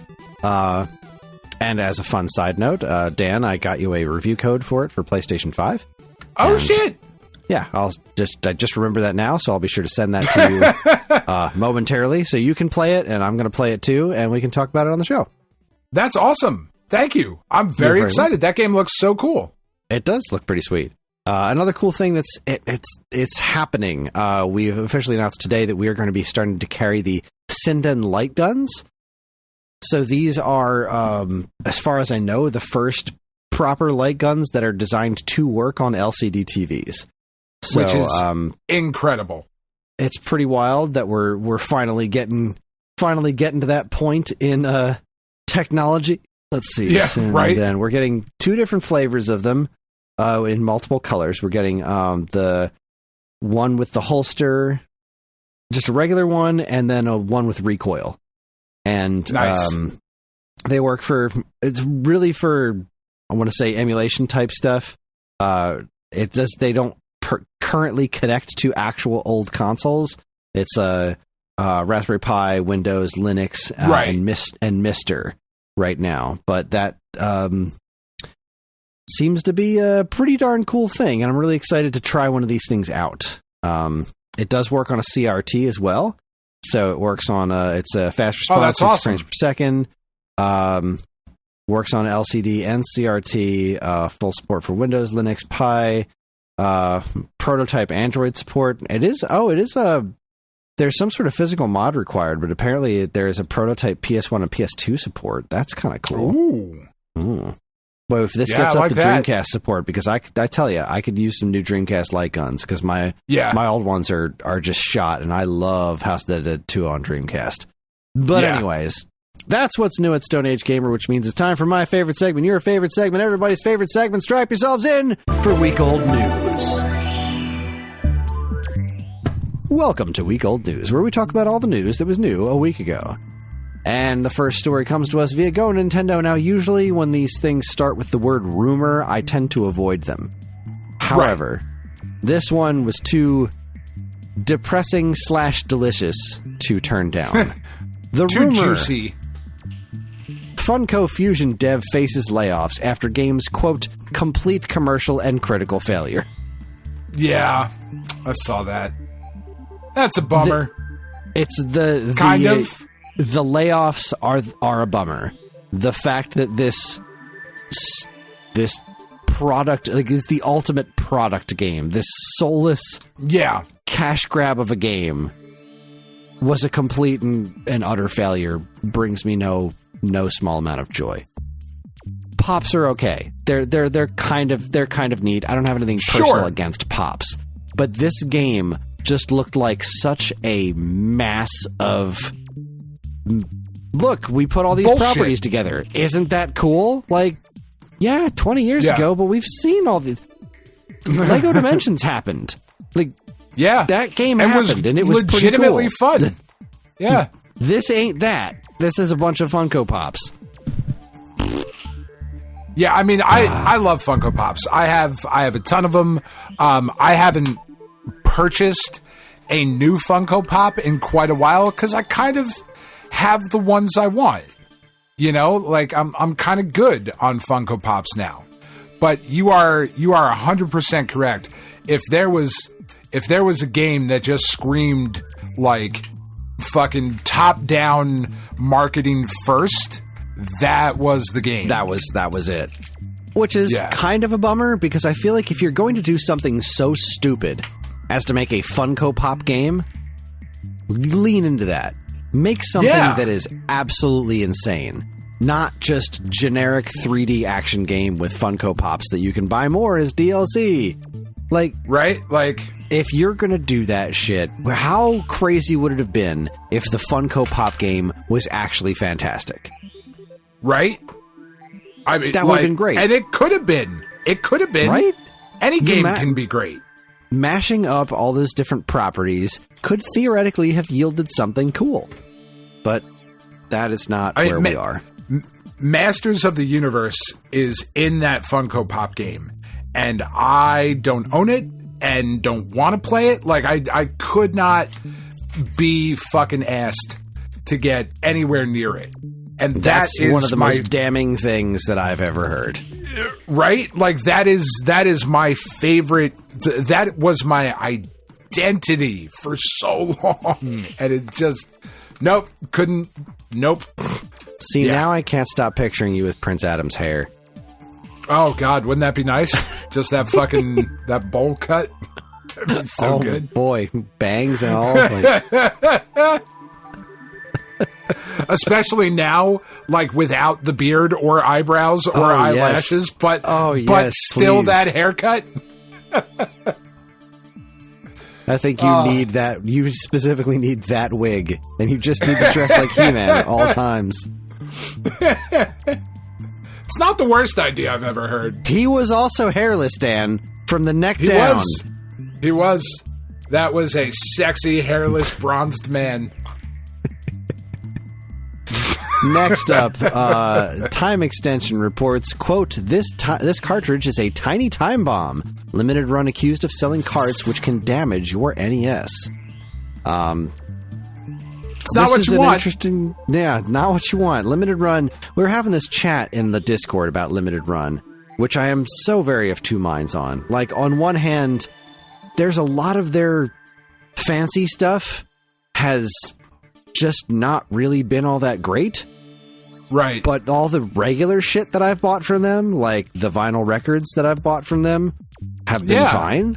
I know some people had an issue with the Ninja Turtles one. I didn't. Mine plays and sounds just fine. I really don't know what people were having a problem with on that one, but the standard edition games that I've gotten have been great. Their Carbon Engine releases are well programmed as far as I can tell. They all look and play fantastic. And of course their books, the Jeremy Parrish books and whatnot, their publishing wing, the press run stuff has been excellent. But this other stuff, like going back to my Monkey Island box set that I spent a whole shitload of money on, and the list of games on the outside is out of chronological order for no goddamn reason. The statue is really like, I bought that thing for, like, partially to have a cool Guybrush Threepwood statue, and it's in a box put away because I don't want to display it. It's just ugly. Right. The only thing from that box set that I have out regularly on display, which is ridiculous that, you know, I have this one little thing that I spent that much money on and the rest of it I'm just ignoring, is the Ask Me About Loom pin. It sits on my desk next to my Stress Taco, and I look at it every day, and I fucking love it with all of my heart. But there's their collector's edition stuff, the fucking CDRs for the 3DO games, like, being and now just this bullshit. Yeah, this is this company has got to step back and take a look at itself. It just has to, because this ain't going well. And their reputation is in the toilet with a lot of people, and it shouldn't be, because they do cool stuff, but this just got more interesting. So I'm looking at this Time Extension article, and it says, update, Limited Run has issued a statement. It's gone. Post not found, it may have been deleted. Huh. All right. Well, this requires some searching. There was a link to the Blue Sky post. Let's see. Let me look up Limited Run on Blue Sky and see if they have an updated version of the statement. No, I don't think so. One day ago. This was a couple of days ago. No, it's just not up here anymore. Huh. Weird. Well, that's certainly interesting. I wonder why they retracted that. So, is there something to do with this cartridge that is electronically wrong? Jordi Gutierrez Hermoso got in touch with Time Extension to explain the situation, pointing out that Limited Run has been publishing carts which cause voltage issues with original hardware. This is a topic that was explored in some detail by DB Electronics a few years ago. The problem is that there's a mismatch between the 3.3 volt carts and the 5 volt systems they're being used on. That was a quote from the article. Right. Boy, I mean, how do you fuck that up, though? Well, what happened was, and because I remember reading the response to it, which is now gone. They used, for a couple of their more recent NES games, they blamed it on a different factory than what they usually use, and they're now working on new ones that apparently will use the factory that they do know and trust, that they've used to make other cartridges in the past. It was a really interesting statement, and I'm pretty upset that it's gone. Not an okay. That's not an okay excuse. And it's not an excuse. The fact that they were issuing refunds and replacements for everybody, good job. And the fact that they responded so quickly, because they didn't respond quickly to the 3DO thing. Remember, it took a while for them to say anything about that. Right. This one, they were on top of it, but now they're not. So I wonder if it's on Twitter somewhere. Let's see. You're a brave man going onto Twitter. Oh, I work here, so I have to be on Twitter. I know. I have to be with the dregs of humanity and the Twitterverse. Oh boy. 2 message requests. I love the message requests on Titter. Boy, I'm on fire tonight with the mispronunciations, aren't I? If it was Titter, I'd be all about it. I mean, it could be, I suppose, if I wanted it to be, but... Yeah, usually it's just like our messages are just like Bitcoin junk and porn sites. That's always fun. Block, because that's what Twitter is. It's awesome. That's what it is these days. All right, let's see. Limited Run. Let's see if they posted anything here that's still available. I have to assume that if they deleted it on Blue Sky, they would delete it here too. But one would think so. Yeah. It looks like it is not here either. I want to know if somebody must have screenshotted it or pasted it somewhere, because like the fact that because they just linked to it in that article. Let's see. Limited Run Rugrats apology. Let's see if what that brings up. The Verge. Do you have a screenshot? The Verge? I know, this is riveting podcasting, everybody. That's why we have an editor who gets paid big bucks. An intrepid editor, no less. An intrepid. Okay, so let's see. They linked to it instead of screenshotting it. In a statement emailed to customers... Ooh, there was an email, huh? Can I get a copy of that email? No, post not found. All right. Limited Run says those 2 games weren't manufactured by its, quote, regular manufacturing partner. Quote, due to an issue with voltage regulation, there's a small chance that prolonged use of these titles could result in damage to either the cartridge or the console hardware, Limited Run says. The company is stopping further shipments of the games to customers so that it can remanufacture them itself, quote, via our trusted manufacturing partner, according to the statement. Anyone who has already received the games will be sent a newly manufactured version of their title automatically, Limited Run says. The company does not recommend using the older version of the games. Customers can ask for a refund if they want by contacting customer service. The 2 games currently aren't for sale. Limited Run says the manufacturer that produced Rugrats and Pio Pow has only worked on a small handful of Limited Run titles, and the company is going through our back catalog of NES titles manufactured by the supplier and testing for possible issues. That's a mess. Yeah, that's a big fucking mess, potentially. I mean, but also, like, how do you not know? You know, like, how do you not know?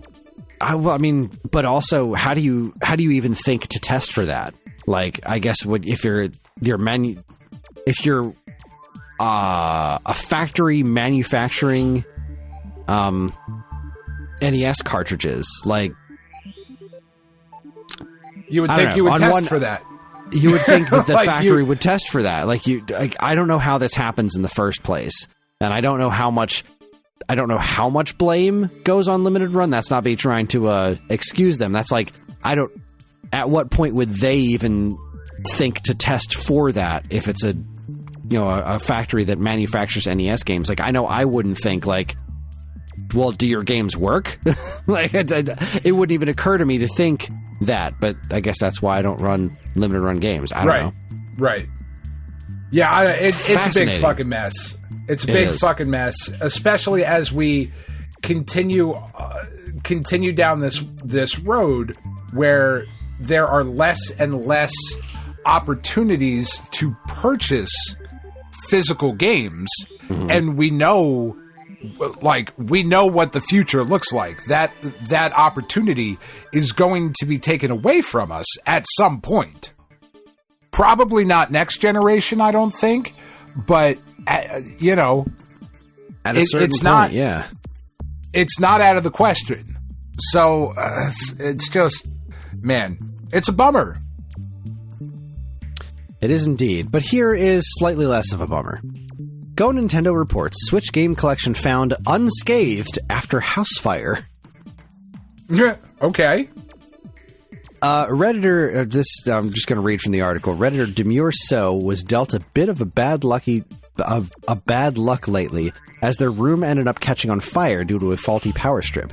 Thankfully, firefighters came and saved the room and house, but plenty of damage was done to Demure So's belongings. Surprisingly, what managed to escape the blaze was the Redditor's Switch collection. I'm going to go ahead and link this to you so you can see the picture. As you can see above, Demure's physical Switch games were caught in the middle of the blaze, with the game cases melting into an almost unrecognizable blob. While the outside of the cases looks like an absolute disaster, the inside is a different story. Unbelievably, after doing some hard work to pry open each case, Demure So found that the game cards inside were completely unscathed. That's nuts. So they all not only look like brand new, but they all still play perfectly as well. That's absurd. Physical media, man. You gotta love it. Yeah, that is absurd. And now this guy gets to go print himself some new game covers from that fucking subreddit I found. There you go. Very exciting. Did you take a look at that? How do you feel about that? I mean, I know that has nothing to do with what we're talking about right now, but... I like have you seen the... I have. Yeah. I like... So I'm a big fan of uniformity, but when it comes to game cases and stuff, I do like to have a bit of personality. I think those are far too busy. Okay. I would like I middle can see ground. that. My personal favorite trade dress for any games ever were the Sega's red stripe, CD blue stripe, 32X yellow stripe, Saturn white stripe. Those are my favorite trade dress, right? Because it's uniform, but it's also not. The game logo goes on top of something that is uniform. So everything has a distinct look to it, with a personality, where it was like uniform cross-platform, but also colorful with all the individual logos on them. I love that look. I don't have a problem with the pretty boring Switch spines, to be perfectly honest with you. I think they look pretty cool on the shelf, though it does make it harder to find what you're looking for. There are a lot of times that I want to look for a specific game, and I could recognize the logo in a heartbeat, but digging through them alphabetically is just plain white text on red. A little bit of a downer, but yeah, I get it. Anyway, it reminds me a lot of those really popular N64 cartridge labels that exist, and I like those. Again, I like the notion of them, but I think they're over-designed, because while they're super cool, that's not what Nintendo ever would have designed labels like that to look like, because it's super busy. And I want something that is uniform with the logo on it, not necessarily a bunch of pictures behind it. So, I get that. I climb down off my soapbox here as Pure Xbox reports. Marvel... Oh, this one's infuriating. Marvel Rivals publisher confirms mass U.S. layoffs in new company statement. Yep. So, Marvel Rivals is... Following developer accounts of layoffs at Marvel Rivals Studio, publisher NetEase has today confirmed those job losses while providing some clarity on the situation in a new company statement.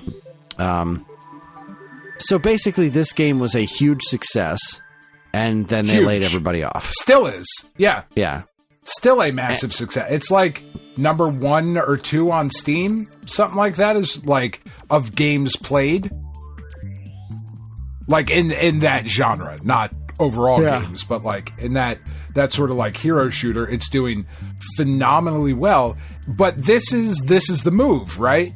Of the original team develops the hit game, and then you make a ton of money off of it, and then you fire everybody, and then you bring in new people who did not make the game, and then the game doesn't do as well, and you're like, well, we got to shut it down because apparently you guys don't like this game anymore. And that's not what it is.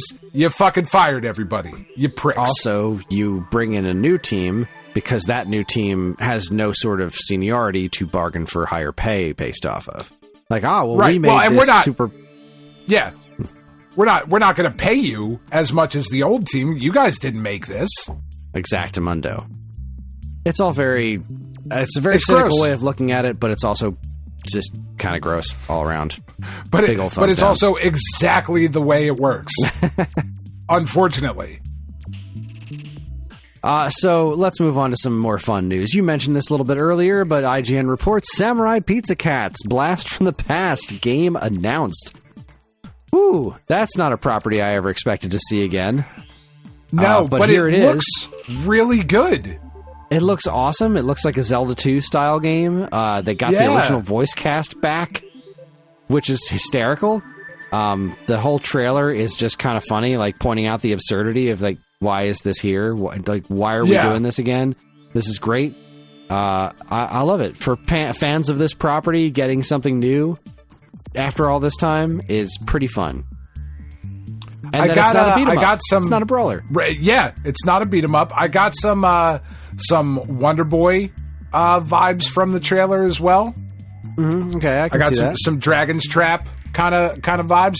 It looks great. It is not a property. I was too old for it,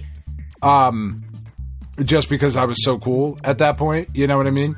But man, it looks really good. It looks pretty cool. I hard agree with you there. Speaking of things that look great, Polygon reports you are Shotgun Cop Man and you shoot your guns to jump. Yeah. Devolver. I don't know. I don't know about that one.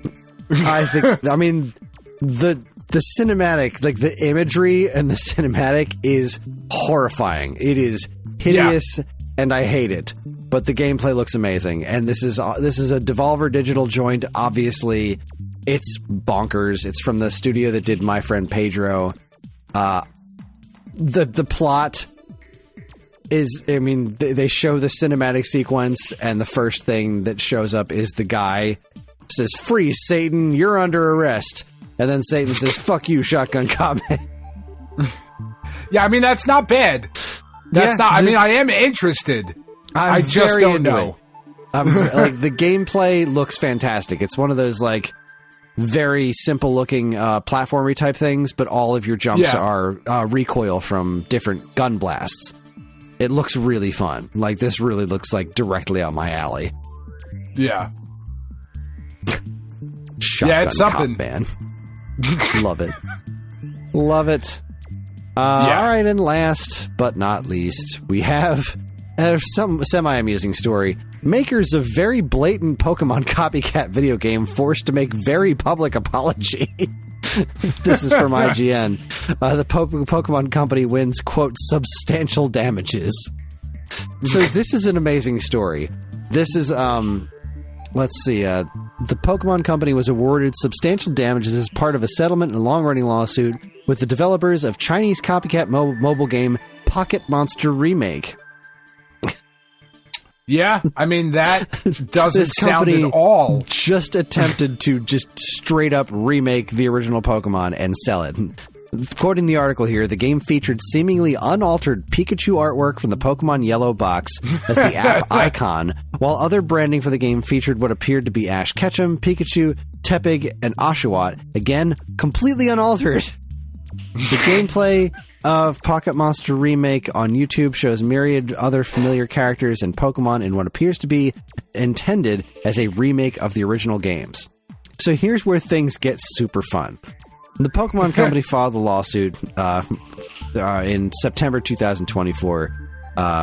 The court ruled in favor of the Pokemon Company, awarding around $15 million.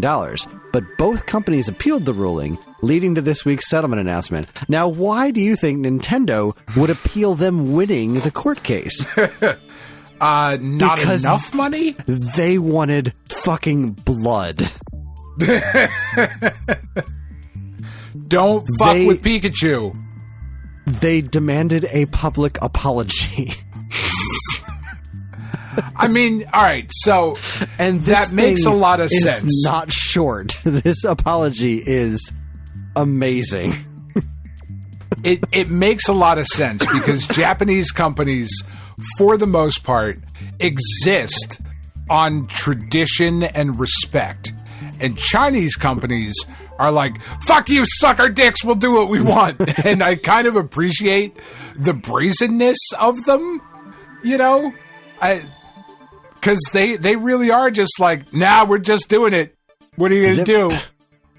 Oh, this is what you're going to do. Shit. Oh, shit. We gotta come out and say this publicly? Fuck, we're sorry. Our bad. Let's see. A public apology letter from Pocket Monster Remake maker...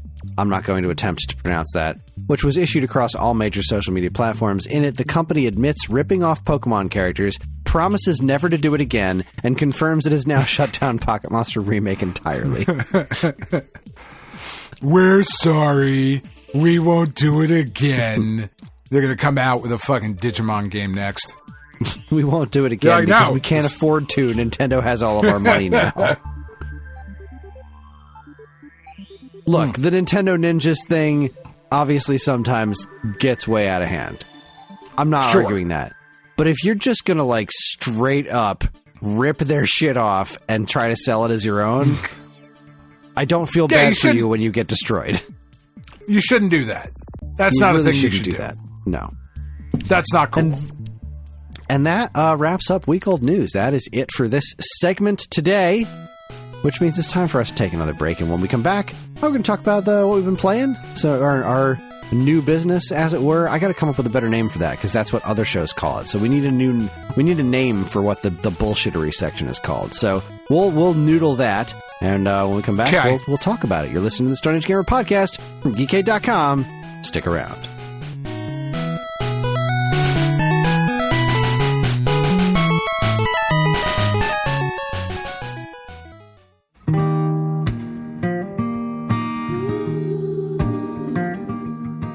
We are Safe at Home, the leading dog rescue in the heart of New Jersey.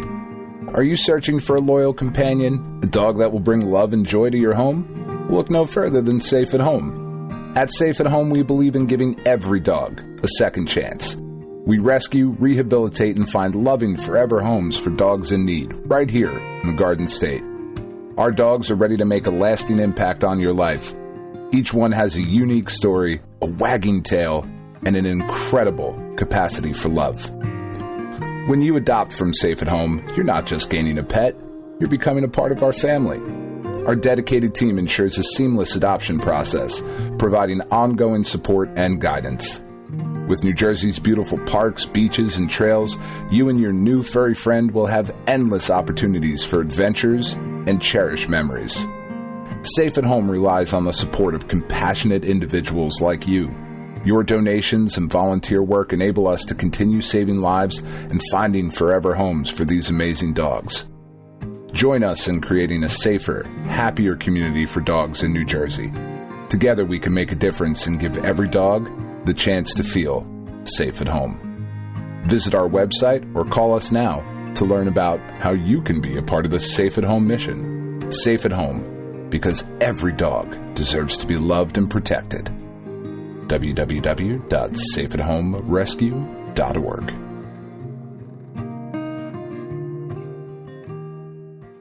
When you hear the words cross-stitch, you probably think of a grandma lovingly making a Christmas stocking, a picture of a lighthouse, or maybe a Bible verse with flowers. But that's not what we do at Shoot the Moon Stitches. We take the old-fashioned art of cross-stitch and pair it with contemporary themes and imagery to create striking works of art that make the perfect gift for anyone who grew up with the internet and has a wicked sense of humor and an appreciation for pop culture. From cult favorite TV shows and movies, to retro video games, to TikTok trends. If it's made you smile, chances are we've stitched it. You can shop our selection of art and gifts by going to Etsy.com and searching Shoot the Moon Stitches. For all your fun, feminist, fandom fiber art needs, visit Shoot the Moon Stitches.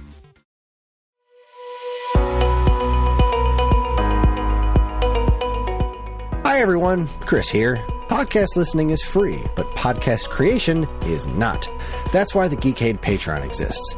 In an effort to help us pay the bills, we've got a Patreon page set up where you can gain access to our monthly podcast topic schedule, get early access to many of our shows, and more. If you'd like to help support Geekade and keep these shows running week after week, head over to the Geekade Patreon page, linked in the show notes of this very podcast.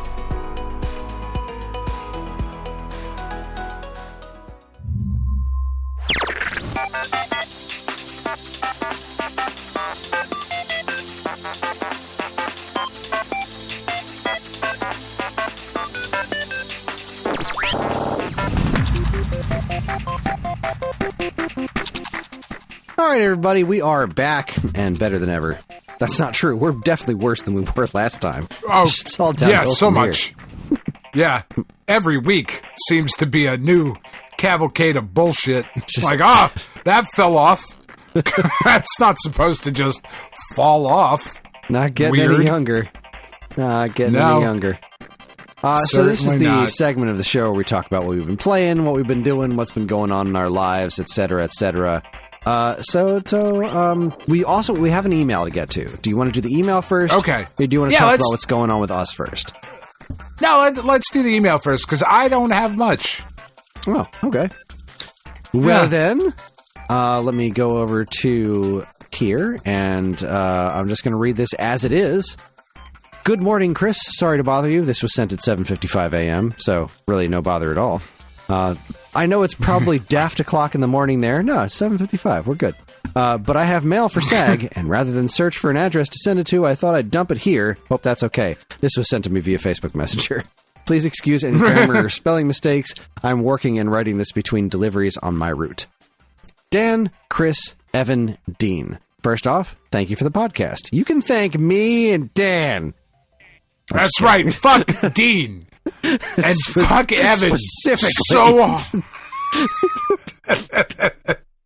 Bunch of assholes they are. I'm kidding. All right, so first off, thank you for the podcast. You keep me company more than you can ever know. You don't know me, but you're some of my best friends. Oh, that's very sweet. So, did I say who this was from? No. I don't think so. I wasn't listening. I'm just kidding. I don't think you did. I didn't. All right. Well, they didn't sign it, but their Facebook name is Bobby Moore, so I'm going to go ahead and assume that is their name. So, thank you, Bobby. Anyway, so a little background before I get to my point/question. I lost my girlfriend of 27 years to cancer in February of 2021. Condolences. I'm very sorry to hear that. From feeling not quite right to her last breath was less than 5 months. There was no chance of treatment for her, and she pretty much refused palliative care? I don't know that word. Do you know that word? Palliative. There you go. Palliative care. I've heard that before. Never seen it written down. There you go. I'm a professional writer. It's all right. Which meant by the end, I was doing literally everything for her. I'm fairly certain I've got a certain amount of PTSD from the whole thing. I would assume you do. As odd as it sounds... How could you not? Exactly. As odd as it sounds, I genuinely feel that Dan's recent events have allowed me to go on the cancer journey that my girlfriend and I were robbed of. I've cried at every weekly catch-up, but there's been treatment, and there's been hope, and there's been laughs. And it absolutely means the world to me that you've been open and shared with us all. I'm sure I'm not the only person you've helped, so thank you. Well, that's you. I had nothing to do with that. Fuck, man. You probably should have prepared me for that. I mean, first of all, I cannot imagine going through something like that, and losing somebody so quickly, to this just fucking horrendous disease. I just cannot imagine that. I totally understand the refusing treatment, because all that does at that point, right, is extend the awful, while making you feel so much worse. Like, and why do that, right? There's just no point. But kind of when we started talking about it and we started going down this path, and, you know, as I was talking to my wife about it, my kids and you, Kris, and whatever, it really did become a, you know, I want to share this with everybody. For a number of reasons, right? And a lot of that is to help people that have experienced similar things, maybe get a different perspective, or get some laughs out of it, or get some whatever type of healing that could be offered through it. You know, I am happy that has happened for, as you said, Bobby, in the email, like, you're not the only one, right? There are a number of people who have messaged me privately, just about what this has meant for them as well. And also, you know, like, for hoping to get people to check themselves. You know what I mean? We joke about it all the time, of like where we are in our lives. You know, and it's kind of funny. Like, I was talking to Tiff today as we were driving, because I bought a new car on Monday. I bought a Subaru Crosstrek that I'm really excited about. And what I noticed is that people that drive Subarus are mostly right around our age, or are like geriatrics. Like, there's really no in between. But as I was talking to Tiff about it, I was like, you know, it's like geriatrics and like middle-aged people. And she looked over at me and she was like, we're fucking middle-aged, hon. I was like, oh my God, we are. Son of a bitch. That really, really like sucks. And because I just didn't even think about it. You know what I mean? But there's so many of us in our age group who it's like, your wives need to be getting checked for breast cancer. Like, right now, if they have not done it yet, they absolutely should, because we're at that age. And it really is one of those things where, like, if you catch that early enough, you can deal with it. If you're a guy in our age bracket, get checked for prostate cancer. If you got weird lumps and bumps and whatever, don't assume it's nothing. Because if you catch it, you can do something about it, you know? And it's just, man, I continue to hope that this journey helps people in both of those aspects, you know? Because, God damn it, at least then it'll have been worth it, you know? I do. And yeah, I agree with everything you said, except for the fact that you said you had nothing of interest to talk about, and then you said you bought a new fucking car. Oh, yeah, I did. Yeah, sorry. I mean, I meant like games and stuff. Yeah, you know. It wasn't a very eventful week. I bought a car, but whatever. I do that every week. Yeah, no, I'm fucking rolling in it over here.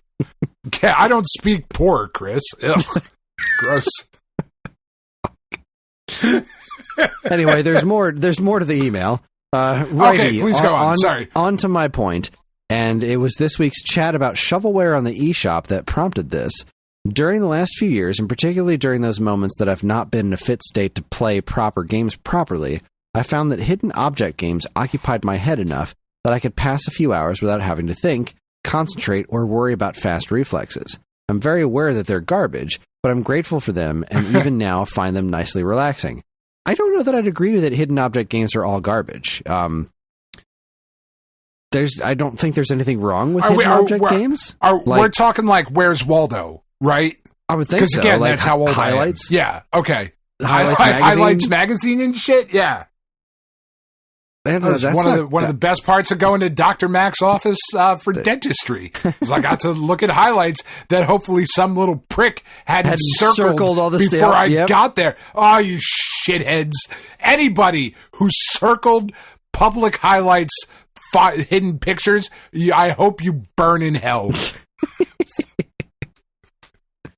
But yeah, no, I completely understand. Like hidden object games, that's pretty similar to like Suika game. You know, it's the kind of for sure thing that just requires a little bit of concentration, but not any like real reflexes or anything like that. No, I don't think those are garbage. But anyways, finally on to my question: do you all have similar, and I fucking hate this term, guilty pleasure games that you know are shite, as written here? So I have to assume this person is British.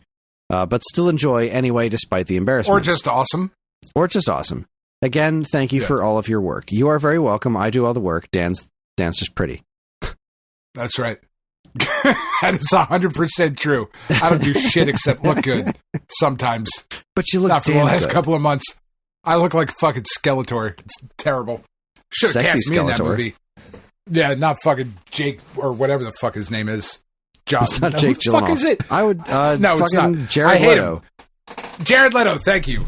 I went from Jake Gyllenhaal to Josh Hartnett. I would so that's much where my rather head's at. have Jake Gyllenhaal both of them as Skeletor. Absolutely. I would rather both of them be playing Skeletor at the same time. Like, why are there two of them? It doesn't matter because it's not Jared Leto. Man, guilty pleasure games. That's an interesting question because, like, I don't have any fucking shame.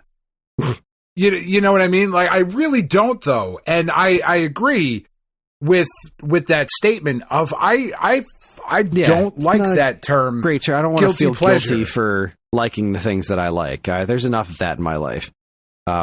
Yeah, like I suppose if I really like you've been talking about the Dogman game, right? So if I was like, man, I just fucking love playing that game, that I guess you could consider kind of a guilty pleasure.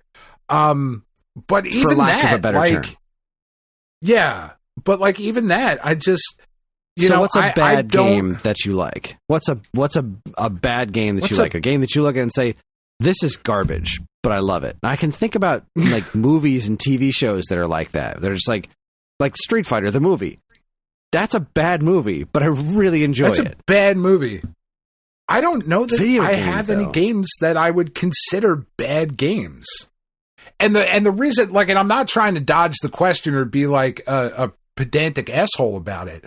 I don't think I spend any time on games that I think are objectively like, if I think a game is bad, there's nothing about it that I want to play to get through it. You know what I mean? Like, I'm trying to think. Like, I know John loves Goat Simulator.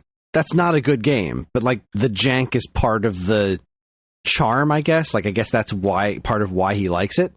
So yeah, for me, whenever I think of guilty pleasure type games, the first thing that comes to my mind is Journey Escape for Atari 2600. Sure. But it's not really a bad game. But I recognize that it's not really a good game either.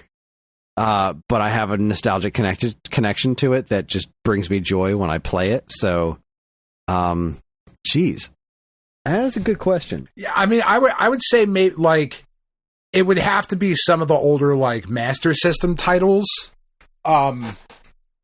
because like My Hero, I think. I don't know that I would go so far as to call that a bad game. Oh, you know what? I know one. And I know you like this game too. Well, yeah, that's a good one. That's a shit game I like. But I was going to say Clay Fighter. Yeah. Okay, Clay Fighter's not a good game. It's a terrible fighting game. Yeah. But damn if I don't love playing it. Yeah.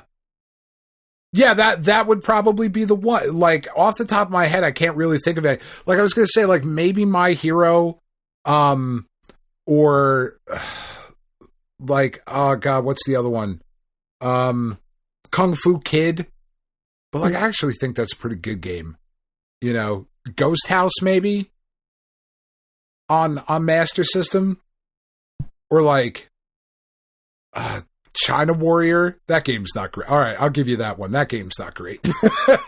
China Warrior's not great, but I do like it just because the sprite is so fucking big and whatever. I don't know. Kid Chameleon? Like, do we consider Kid Chameleon a bad game? I do. Don't like that game at all. So I like that game. Yeah, I don't. But again, like I don't know. I agree 100%. I don't like the term guilty pleasure because if something brings you joy, then fuck what anybody else thinks. As long as you're not hurting yourself or anybody else, it doesn't matter. You know, I unapologetically like a couple of Taylor Swift songs because they're fucking catchy. That's their whole job, is to be catchy. You know what I mean? Like Chappell Roan and whatnot. I like some of Chappell Roan's shit. Not necessarily going to go out and buy it, but I'm also not going to turn it off if it pops up on the radio. The same way I don't turn off Madonna songs from the 80s or 90s because they're exactly the same thing. To me. Well said. Well, Bobby, I hope we handled your email message. Whatever it was, your message to us. I hope we answered your question, and thank you for sharing that information with us. Again, condolences, and I can't really imagine what you're going through there. Closest I had was an ex-girlfriend who had died of cancer when I was in high school, but that was, clearly nothing compared to what you were going through. So thank you for listening. Thank you for sharing that story with us, and I hope we answered your question. Okay. Yeah. So you bought a fucking car, huh? I did, yeah. So a number of years ago, around the pandemic, right? So like 5 years ago or whatever, my aunt happened to get a really big bonus at the hospital she works in, and she bought me a car because she just wanted to. And, I was like, fuck, that's amazing. And I loved the Kia Sorento that I had. But it was getting up there in years. It was a 2012, so we're talking 13 years old at this point. And I drive it into Philly every day, which does not do good things to vehicles, because it's a fucking hellscape. And I think I had mentioned it on the show before, but the engine that was in that particular Kia had a problem where it was burning oil or whatever. I took it to the Kia dealership, and they had said at the dealership, like, this is going to seize on you at some point. I can't tell you when. It could be in a couple years. It could be in a couple hours. I don't fucking know. But at some point it's going to seize on you. And at that point we can perform the recall replacement that is in effect for these engines, but we can't do anything until it actually seizes. And I was like, well, that's a fucking horrible policy. I'll take my chances. Right. And eventually it just got to the point where the car itself had 150,000 miles on it, which was actually really good for that particular engine. Most people's engines had seized by that point, but I tried to take care of it and oil changes and that sort of thing. But both of the front struts were popped, which is not awesome. Doesn't make it undrivable, certainly, because they were popped for quite a while, but without that level of comfortability in your ride, because the struts are I know you know this, Kris, but I'll say it for the people who don't know. The struts are part of your suspension. They're in the front of your car. They're the springs that absorb the impact, right?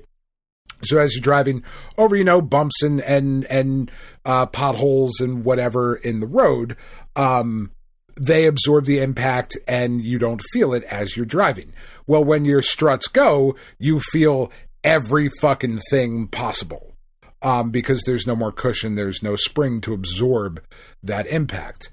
And then last week, as I was driving home from work, it started making a noise. And it started making a noise that I had mentioned it last week on the show that was just beyond my capability to fix. I was like, well, fuck all of this. It's time to go. And I found a dealership that was that had a Subaru in a price that I could afford, and they took the Kia as trade, and they were like, we'll give you $1,500 for it. And I was like, are you sure? I'm not going to say no. But like, I don't know what they looked at, because I gave him the key. He was like, can I have the keys to check it out? And I was like, yeah, absolutely. Thinking he's going to come back in and be like, I'll give you $500 for it. This is a piece of shit. But he came back in, and I gave him the keys. He went outside to where I was like, it's parked over there. Go take a look at it. And he came back in and he was like, we can do like $1,500. And I was like, fuck, sign me up. Done. Sold.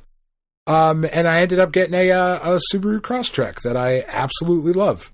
It's really, really awesome. Well, that's excellent. Good for you. Yeah, I'm super excited about it, man. It's what color is it? Silver. It's the Silver Surfer is what I've named him. Her. I don't know. The Crosstreks are really cool. I really like Subarus because I'm not old. I'm like, I wanted something safe. Something that's going to last a long time with like regular maintenance and whatever. It's got all-wheel drive. It's got a moonroof, which I've never had in a car before. I'm very excited about that. But really, like, it was the all-wheel drive thing that I was looking for. We get some pretty gnarly weather up here sometimes, whether it's rain or snow or whatever, or thunder snow, which we've had a few times.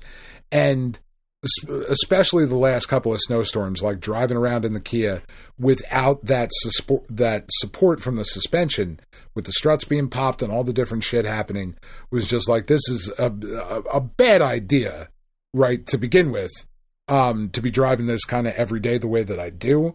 And then you add weather on top of it, and it was just like, it was becoming incredibly dangerous. So now that I have this, it is a lot less dangerous. And that is very exciting. And we'll have it paid off in a couple of years, which is nice. I'm pretty excited about it. I would argue that the more dangerous car was more exciting, but probably for the wrong reason. Oh my God. When I was driving to get my scan today, I was on the highway, right? And I was I looked down at the speedometer and I'm doing almost 90.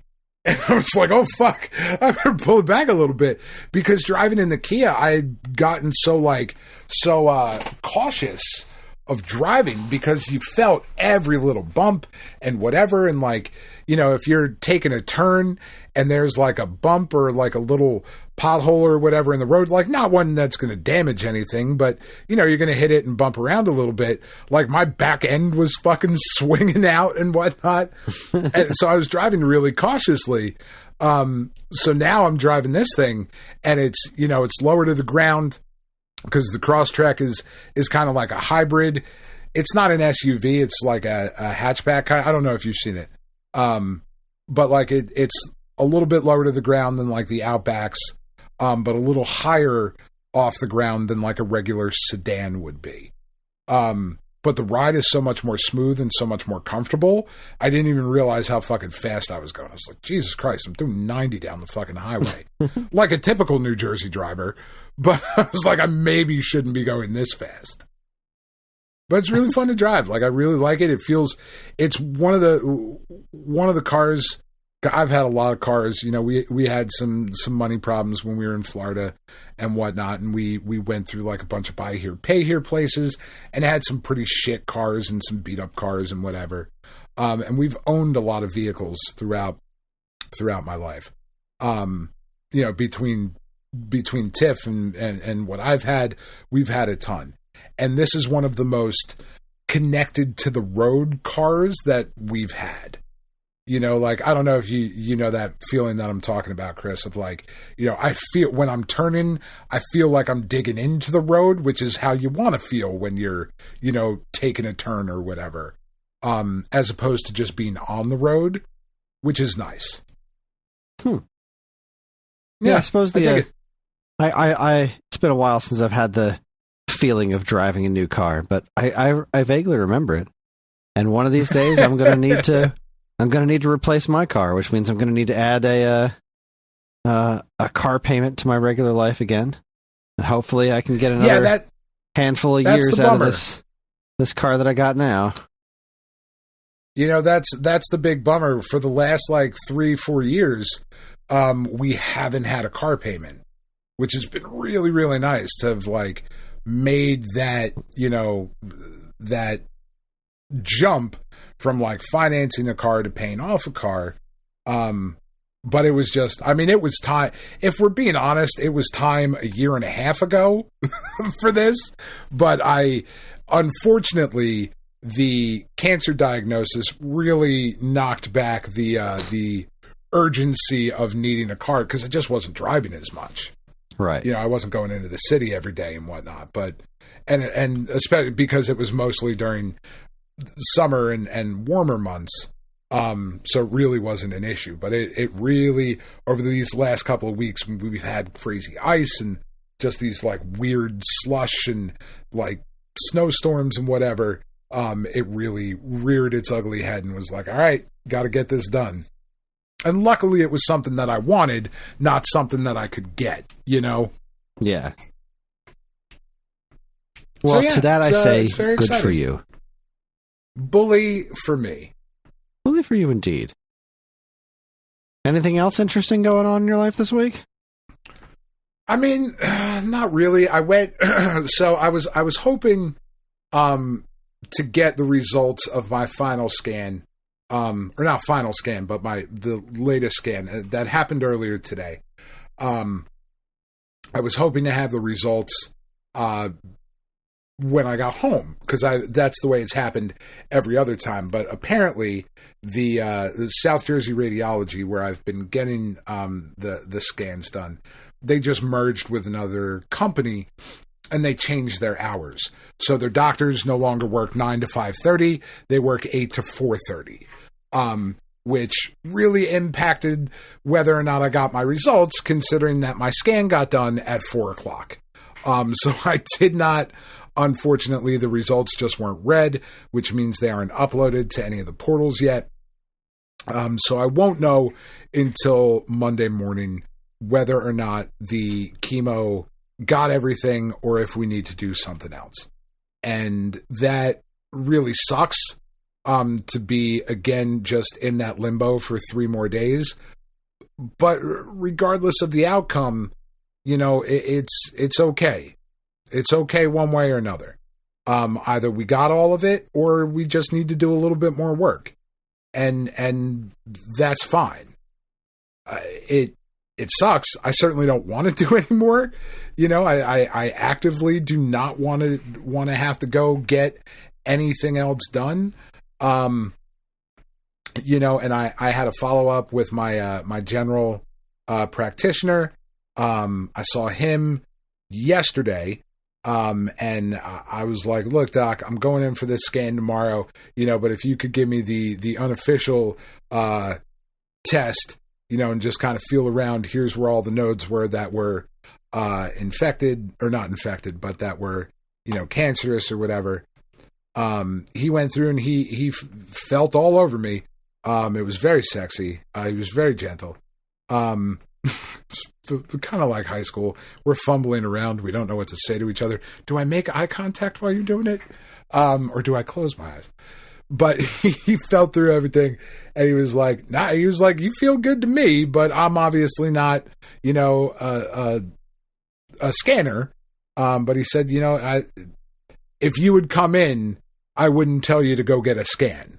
And I was like, all right, I feel pretty good about that.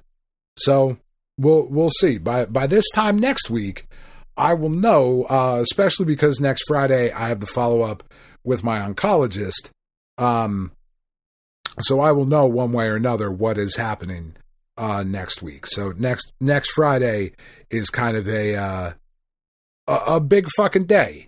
It's either the rebirth day kind of thing of all right, I'm clear, I'm good, or here's what I got to do next. So next week, this will be a heck of a segment to get into. I don't know. Do we lead with that next week? I mean, I know some people care. Most of our listeners care. But do we lead with that next week? Or, I mean, I suppose if it's bad news, we wait till the end. If it's good news, we lead with it. I don't know. You know? I guess we play it by ear. Man. Yeah, it's a weird fucking place to be. My hands are still jacked up. My left hand is good now. My left hand is doing pretty okay. Writing is still kind of difficult. But I can type. That's fine. But my right hand is still not where it needs to be. And I tried to play, a little bit more this week of, Pacific Drive. And I purchased a couple games last week. I picked one up yesterday on Steam, Fight and Rage, which is supposed to be a really good beat 'em up. Just supposed to be a really cool game. It was on sale for like 99 cents. I was like, all right, I will pick this up because I'm either going to start physical therapy for my hand or it's going to start feeling better here pretty soon. So, I want to make sure I grab that. But still can't really do all that much. And it is growing increasingly frustrating because I really want to play video games other than Snap right now. I really would like to, but I just can't, and that's okay. We're watching a lot of TV. We're catching up on Fallout. I'm catching up on Cobra Kai. We finished the first season of Your Friendly Neighborhood Spider-Man. We finished that last night, which has been awesome. Invincible has been great this season. The Substance, we watched that movie, which was painfully, horribly, wretchedly bad. But that's really where the bulk of our time has been. It's been, like movies and TV shows currently, because I just can't fucking do it. And it bums me out. It's okay. We'll get there. I think I can at least go back to Vampire Survivors now, because I only need my left hand for that. Thinking of the implications. So you playing one-handed Vampire Survivors, what you doing with the other hand? That's right. Just sitting there looking at it, being mad that it won't do what I want it to. Oh, it's so weird. It's so frustrating. It's such a strange feeling of like, I'm telling you to do something and you just won't do it. That's weird. I had a kind of similar situation this morning. So I've continued with the trend that Friday is leg day. And right. I don't know what came over me today, but I was just feeling feeling the need to push myself a little extra hard this morning. I don't know. I was sure.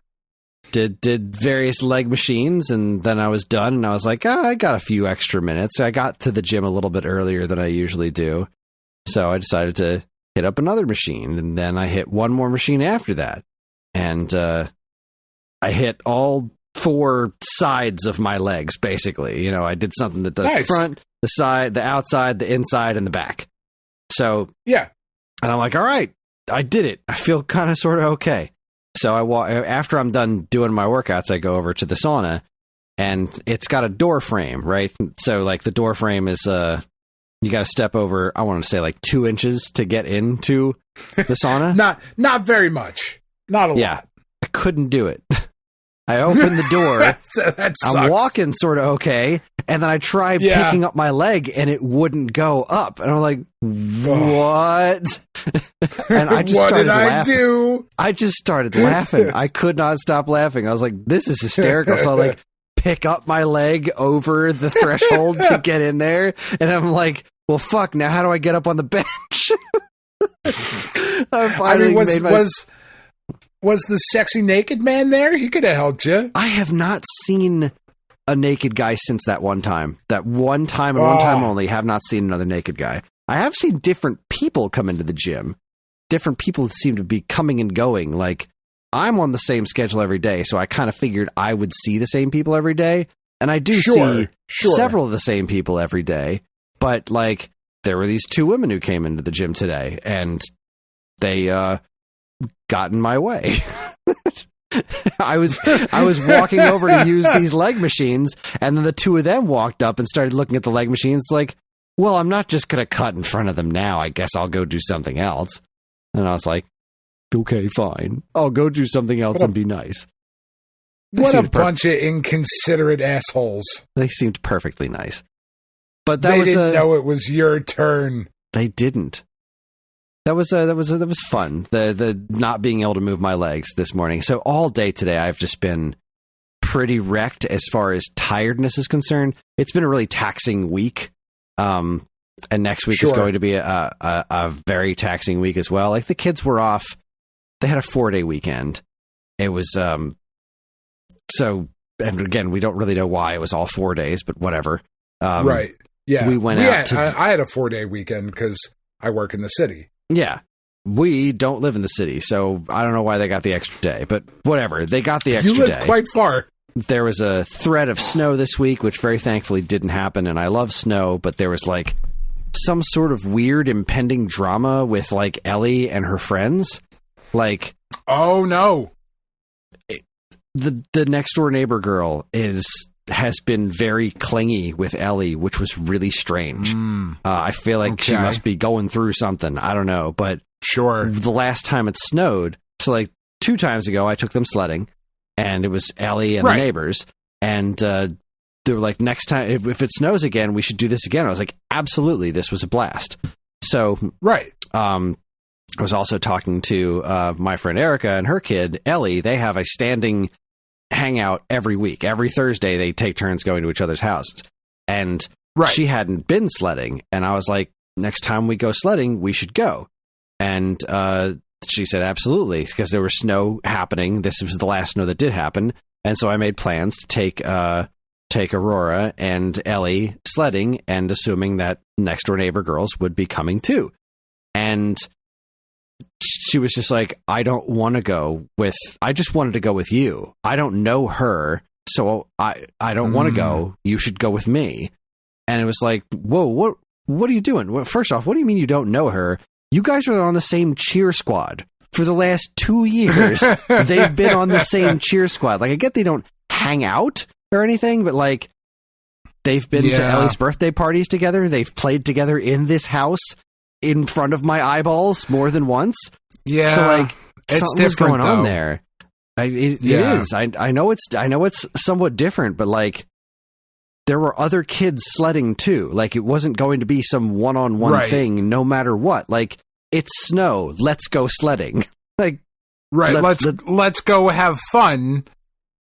Yeah. It's awesome. But then it like devolved into this weird thing where she was sending Ellie messages the whole time we were gone, calling like every couple of seconds and trying to get her to come over afterwards.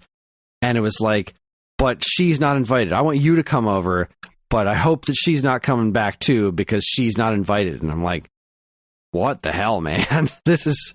So I was really dreading this upcoming one, because when we were out on the last snow, the girl Aurora asked if we could go again. I said, absolutely, not knowing that there was going to be this weird thing on the next snow. So like, next door neighbor girl is asking if she can go sledding when it snowed on Thursday this week, which it thankfully didn't.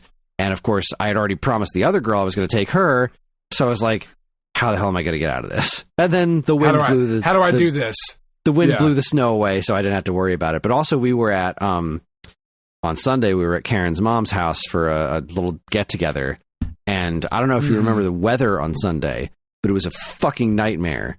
And as I am, but we have spoken about this in the past, old, I'd no longer like driving in bad weather. I don't like driving in weather. I don't like driving at night. I just don't. But the entire ride there was torrential downpouring, and the entire ride back was crazy ass wind. So like, I was pretty stressed when we got home. I was not feeling... That was not a restful weekend. And everybody was off except for me on Monday. So I was, working, but also I had been really craving to make spaghetti sauce lately. And it's been a couple of weeks. It's been way too long since I've done it. It's one of my favorite things to do. And so I decided that Monday, since Sunday we're going to be out, I was going to do it Monday. I can do it while I'm working. And I was so tightly wound from Saturday trying to get everything done because Sunday we weren't going to be around, and then Sunday being stressful from the drive there and back, and then Monday I'm back to work. Like, I was really hoping to have a slightly relaxing day, and I absolutely did not, because the kids were around. And I was still stressing about the potential upcoming snow, and I just worked my ass off. Like, this whole week has been a really stressful week, and next week Karen's, I'm just gonna say it because see why not. Karen's getting a colonoscopy. It's one of those things that you should do when you reach a certain age. Yeah. No, 100%. That also means that she's going to be prepping for a colonoscopy all week next week. Right. So she has warned me ahead of time. She's not going to be very pleasant to be around, and she's not going to be very helpful the closer to Friday that she gets. So next week's going to suck. And for sure. This was also, on top of that, this was a 3 podcast week for me. This is my 3rd night in a row of podcasting. Because your favorite of the 3. Oh, clearly. Certainly. Absolutely. But I mean, because fuck the rest of those people. But so I'm pretty whooped right now, between just working my ass off at the gym all week, and the 3 days thing is still going really well. I did not want to get out of bed this morning. I just did not. But as soon as I did, I just thought ahead to the way I feel after exercising, and then I went and did it. And it's really working out for me. That's awesome. It really is. That's a very happy with the way that's working out. Place to be. It really is. And I'm hoping that I can continue doing this forever, I guess. Because I'm generally feeling better. This sleep schedule thing is still really tough to piece together, because when it comes down to weeks like this, where I'm doing 3 shows in a row, because like last week I wasn't able to do any shows because of various things that were happening, like Valentine's Day and whatnot. It's hard to get enough sleep to then wake up early enough to get to the gym and then continue working all night. Like, it's almost 10 o'clock right now as we're recording, and I'm pretty close. I was toasted before we started. So you're ready for bed. Yeah, I am very ready for bed. But it's something. It's going. It's good stuff. It's awesome, man. It really, really is really, really great that you are continuing to go and to enjoy it and to see benefits from it, right? Because it becomes that thing where, like, the first couple of times are like, fuck, this sucks. First couple of weeks were not great. I feel worse than when I started. This is stupid. But then when you start to feel better, you're like, oh, okay, all right. I see a little bit of what everybody's been talking about. Fine. I guess exercise isn't bad for you. Right. I've been drinking a ton of water. I think I mentioned that before, that I've been drinking a ton of water. I just poured myself a fresh glass because I'm smart enough now to keep a Brita filter on the desk so I can just keep pouring more water as we're podcasting. That's very smart. I should do that as well. Genius level thinking also right drink there. A stupid amount of water, and I hate it. I'm getting more used to it. That's not great, but I'm getting more used to it. And now especially now with the horrid cold that it's been, it's very noticeable when I don't drink as much water, because I'm already super dried out, but whatever. Yeah. I think the only other interesting thing that's going on in my life, besides the handful of games that I've played that I will talk about, I really didn't do much gaming this week, for obvious reasons, but they want me to run for city council. Nice. I knew that was coming. I told you. The local Democrats want. They had said that they were looking for people to run for city council, and I told them that I don't know what it means. I'd be interested in talking to people about it. And the previous mayor showed up at my door while we were watching the series finale of Cobra Kai, by the way. And she started talking to me about... cool, I'm right in the middle of it. We want to have would love to talk to you about it and see if we can convince you to run for city council. So I've got a meeting with a couple of government-type folks on Wednesday, and they're going to try to talk to me about running for city council. And this is why you should have done the podcast under a different name. Well, that's the great thing about the world we live in right now. And we don't there want is you to no have such thing as That's unqualified. That is very fair. Blown out of the water. There is nothing that I've said on this show that could disqualify me as president of the United States, and therefore I think I'm safe for city council. Probably. Plus, I don't think they're going to do a whole lot of opposition research on city council. I don't know, man. You'd be surprised. Although, to be fair, like I was doing the same thing when I was in Medford, and it became very clear that the people I was associated with, some of the people that I was associated with at the time, I was like, oh, this might could be a problem. We're not gonna move forward with this. You should probably maybe do something else. Like, that was my thought. I was like, I don't think we should be moving forward with this idea here.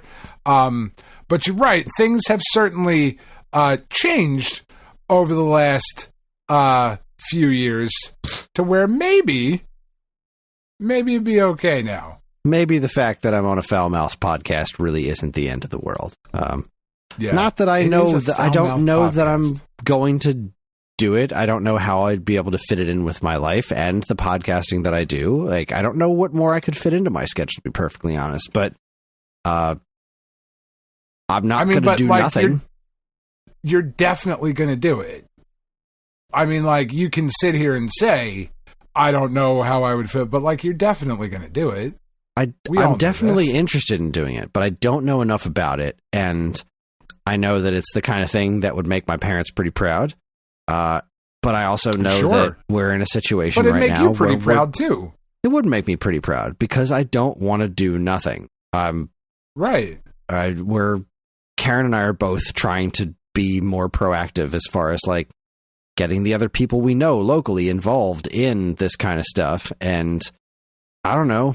I just don't know. I don't want to keep doing nothing.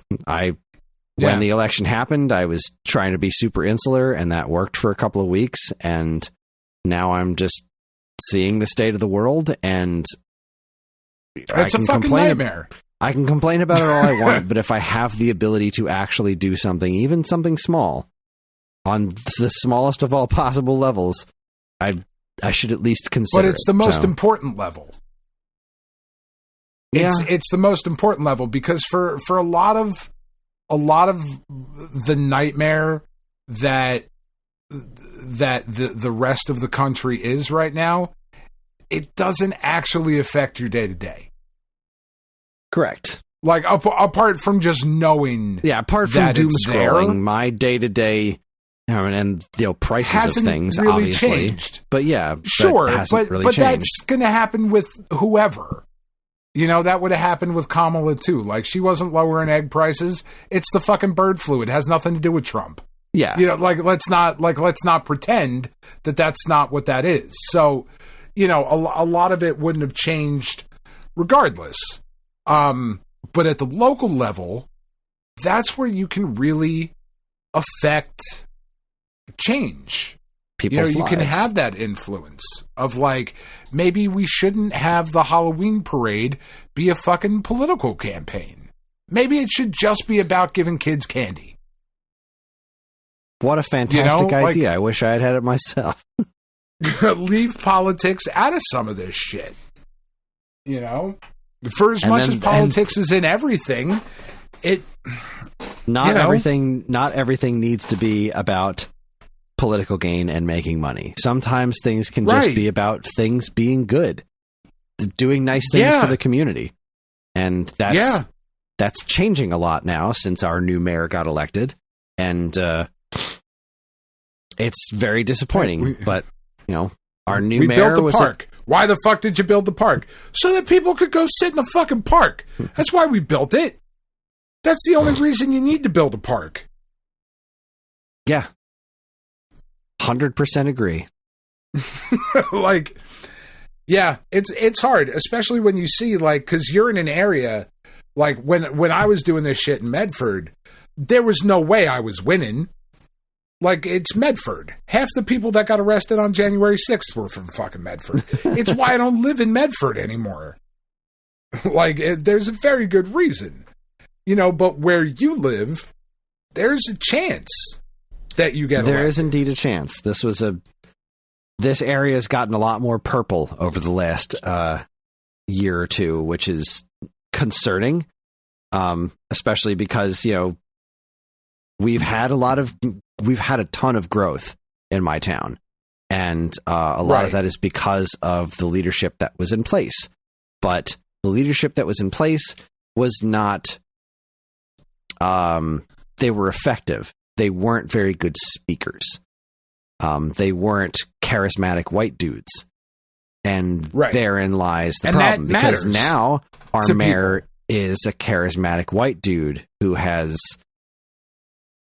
gotten everybody their own cell phones, like on the city council, and shut down all the stuff that actually, the committees and stuff that planned all these great local activities, like the movie nights in the park and all these fun things, the tree lighting and everything, all that planning stuff. Yeah.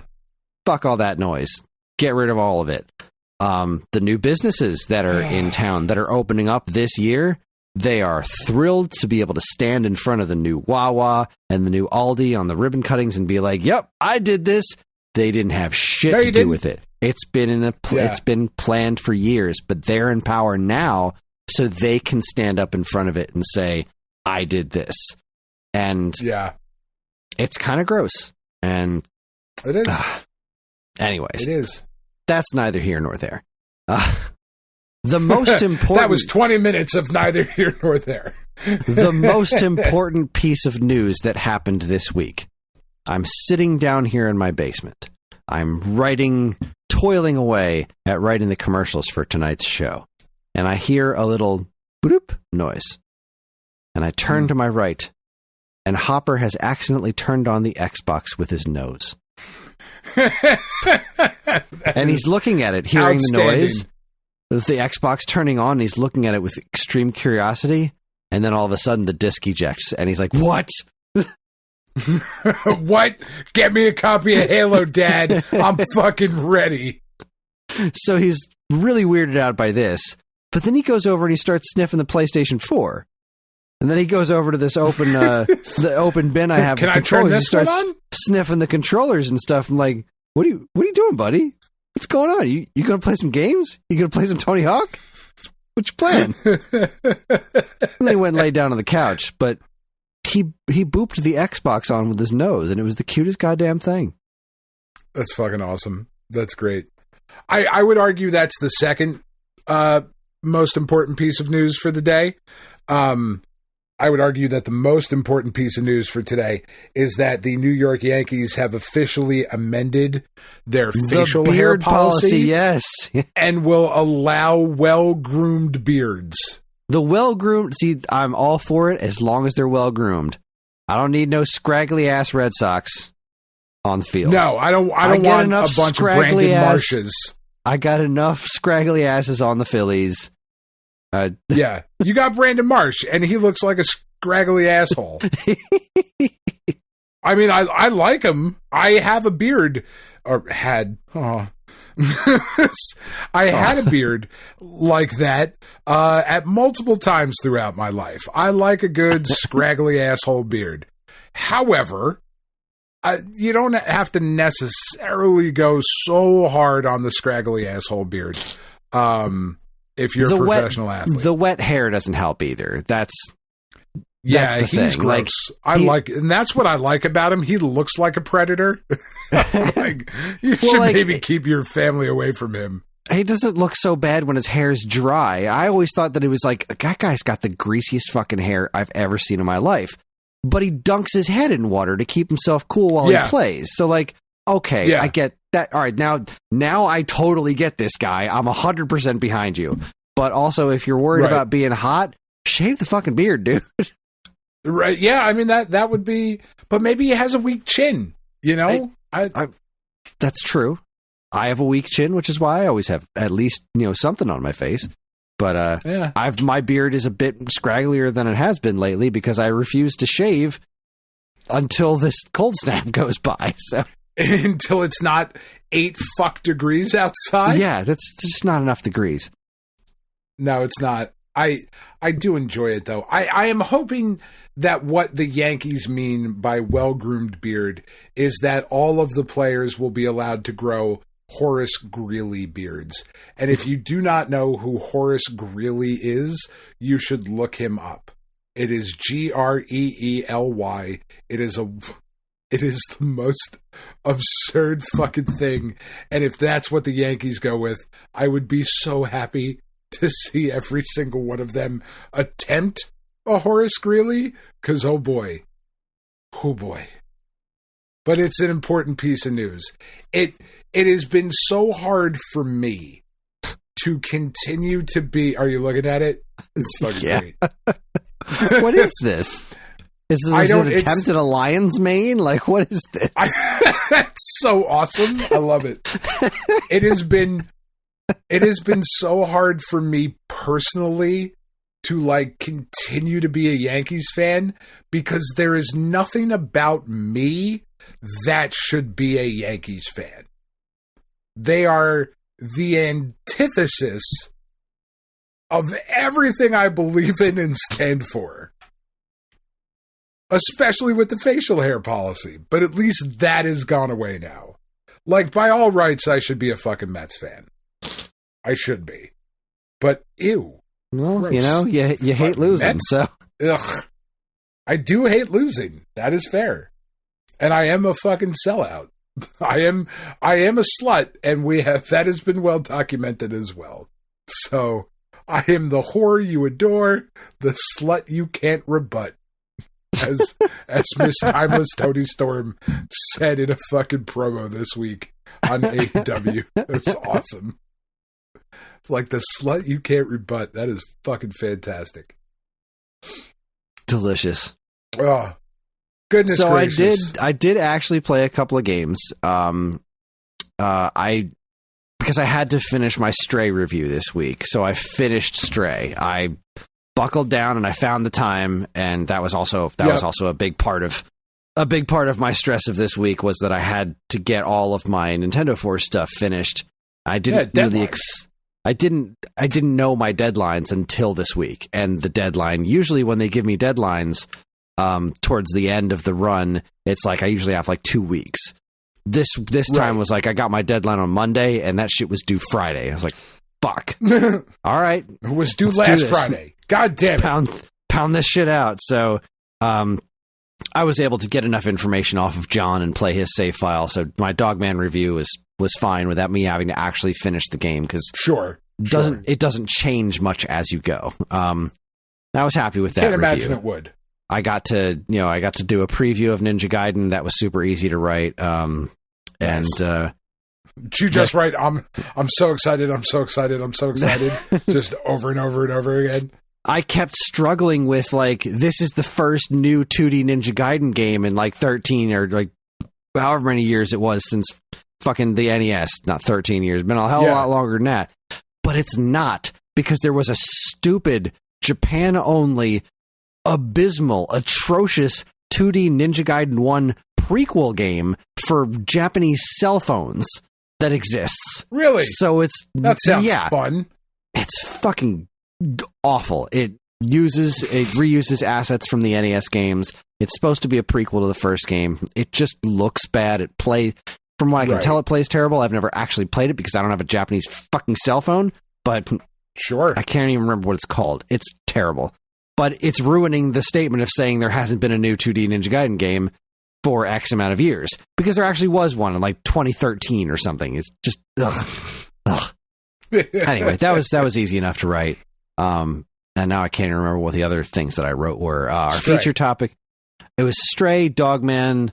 Well, I can just look at my assignments right now. What was it?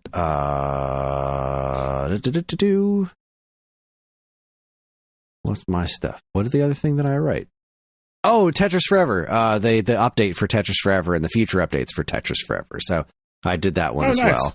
And then the Stray review was the big one. That was the 1010 words. But then today they started throwing out the assignments for our feature topic of the issue, which we're talking about in preparation of Switch 2, because next issue is going to be all Switch 2, right? Because it's definitely happening. Right. The next issue is going to happen after the April Nintendo Direct, where we're going to learn more about Switch 2. So what we wanted to focus on for this issue, which I think is a pretty cool idea, is we're going through all of Nintendo's systems and talking about just the games that released after the successor was released, which is pretty fun. Oh, that's cool. So I got to talk about, I got assigned the Game Boy Advance library following the Nintendo DS, which was a really interesting time. And I think it might actually be pretty similar to what's going on with Switch 2, possibly. But it was super interesting for that one because the DS wasn't originally, it was clearly always intended to be or hoped to be, but it wasn't presented as. Remember, it was the third pillar. So the Game Boy Advance kept cooking for like 3 years after the DS came out, because the DS was fully backwards compatible with it, or mostly backwards compatible with it because that cartridge slot. But also, like, when it came out at first, they were like, this isn't actually, we're not replacing the Game Boy Advance. The Game Boy Advance is doing fine. This is a new third pillar. We'll worry about this with a different group until it eventually did don't just straight you worry about it. Replace the Game Boy Advance and become the second best-selling console of all time. But so the Game Boy Advance is some really cool stuff following the DS's launch. We're talking Minish Cap and Kingdom Hearts Chain of Memories and Pokemon Emerald, and it was pretty lively. But that was fun to write about. But anyway, back to Stray. I can't remember how far I was in it last week. Did I get past the eyeball part last week? I don't think you mentioned that last week. I don't think so. There was this area in that game that was so fucking unsettling. You go down to like kind of where the bacteria creatures were coming from, and like as you're getting closer to the area, you see all this nasty, like, gross stuff growing all over the city. But like when you actually go inside and you turn this corner, and the walls just are covered in eyeballs that are staring at you and blinking, and it was so unsettling. That was it's not great. Grossed me the fuck out. Like, no, just no.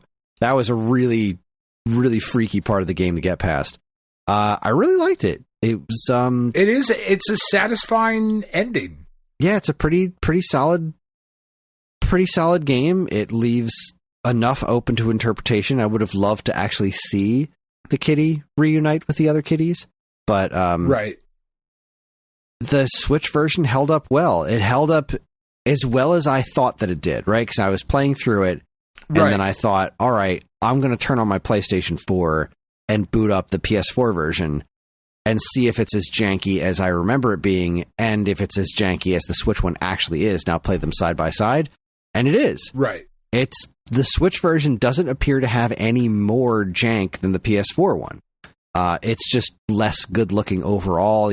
Some of the textures and stuff, obviously, because it's a much less powerful platform. But like, characters still have weird animations. Like if they'll be walking up a stair and they'll start clipping through the floor, or textures will just disappear entirely from time to time. That's all in the PS4 version too. And same with the fucking loading times. When you die in that game, the loading times are fucking absurd, which is really annoying because they're pretty bad. I didn't die often in the game, but there were like 2 or 3 spots where I died a bunch of times over and over again trying to figure out what to do. Specifically, this one area at the end where you're trying to sneak past.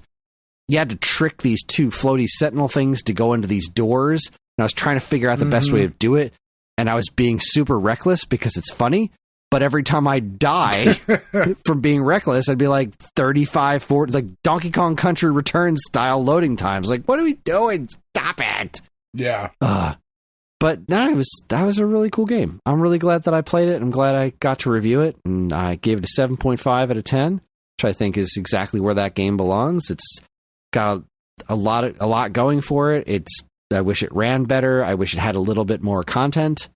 Not that I need there to be more of the game, but like maybe a second ending if you collect all the memories or something. Like there just really isn't anything more to it. Once you're done with the game, that's it. Yeah. But all in all, I really enjoyed it. I thought the music was great. I love the art direction. I love all the weird robot characters. The plot was pretty cool. Yeah, big fat thumbs up. Stray is a cool ass game. Yeah, overall, I thought it was a really satisfying game, and I'm like excited to see what that studio does next. Same here. Yeah, it's good stuff. Oh my god! Well, I think that just about wraps things up. I mean, I did play. I dove back into Runner 2. I, for some reason, just kind of forgot about it. Like, I didn't really forget about it because I see Karen playing it relatively frequently around the house, but I just kind of forgot that I was playing through it too on the Switch. And like, God, I love that game. It's so fucking good. And I played a few levels of that, and I was like, I haven't played Runner 3 in even longer. So I booted that one up, and I was like, yeah, this is still really good, but 2 is still better. So yeah, I like 2 better. I do. 3 was really ambitious, and I love that about it. But I think the ambition took away a little bit of the simplicity that made Runner 2 so good. When you make it more complex, it becomes more complicated, bordering on too complicated, considering the kind of game that it is, where it's constant movement and constant reactions. So when the camera's moving around, it's harder to focus on the things that are in front of you that you need to react to and figure out where they are and how to jump properly while this is happening. Whereas Runner 2 was perfectly more complicated over Runner 1 by adding all these new features, but because it was still just, side view, static camera, and nothing dynamic happening, you could always tell what you were supposed to do. It was always easy enough to figure out what to do, and then you just have to master actually executing it. Doing it. And Runner 3 was, again, I think Runner 3 is brilliant. I think it's got great music, wonderful, crazy, disturbing artwork. Like, it's a great game. I do think it was just a little bit too far as overcomplicating. It's a bit much. It's a bit much. It's a bit still much. well worth playing, but I think Runner 2 is that sweet spot. 1 is a little too simple. Which, again, when it came out, it wasn't, because there wasn't anything really like that when the first one came out, especially on consoles. And then 2 was just nailed it. It's one of the most perfect games that I've played. So good. Yeah, it's great. It's great. Well, that is going to wrap things up for our show. That is it for us. Join us next time for the SAG Cartoon Express. We're going to be talking about Mega Man Season 1, Episode 9, Bot Transfer. I think I remember this episode. If this is the one I'm thinking of, this might be the episode where Mega Man and Snake Man switch bodies, which I remember that. I used to watch the shit out of this show. I remember specific episodes now. Like, I loved this show. I don't know if that's what the episode this is. I want to say it probably is based on the title, but who the hell knows? But yes, if you're going to watch it, watch along with us so you can understand what the hell we're talking about. That's your homework. Season 1, Episode 9, Bot Transfer of the Super Fighting Robot Mega Man TV series. And that's it. We're on most social media platforms. If you want to get in touch with us, we aren't very difficult to find. All it takes is a quick look at our show notes, and you'll see links to our social media accounts, as well as all manner of other fun stuff, like a link to our namesake, StoneAgeGamer.com, and more useful links than you can shake a joystick at.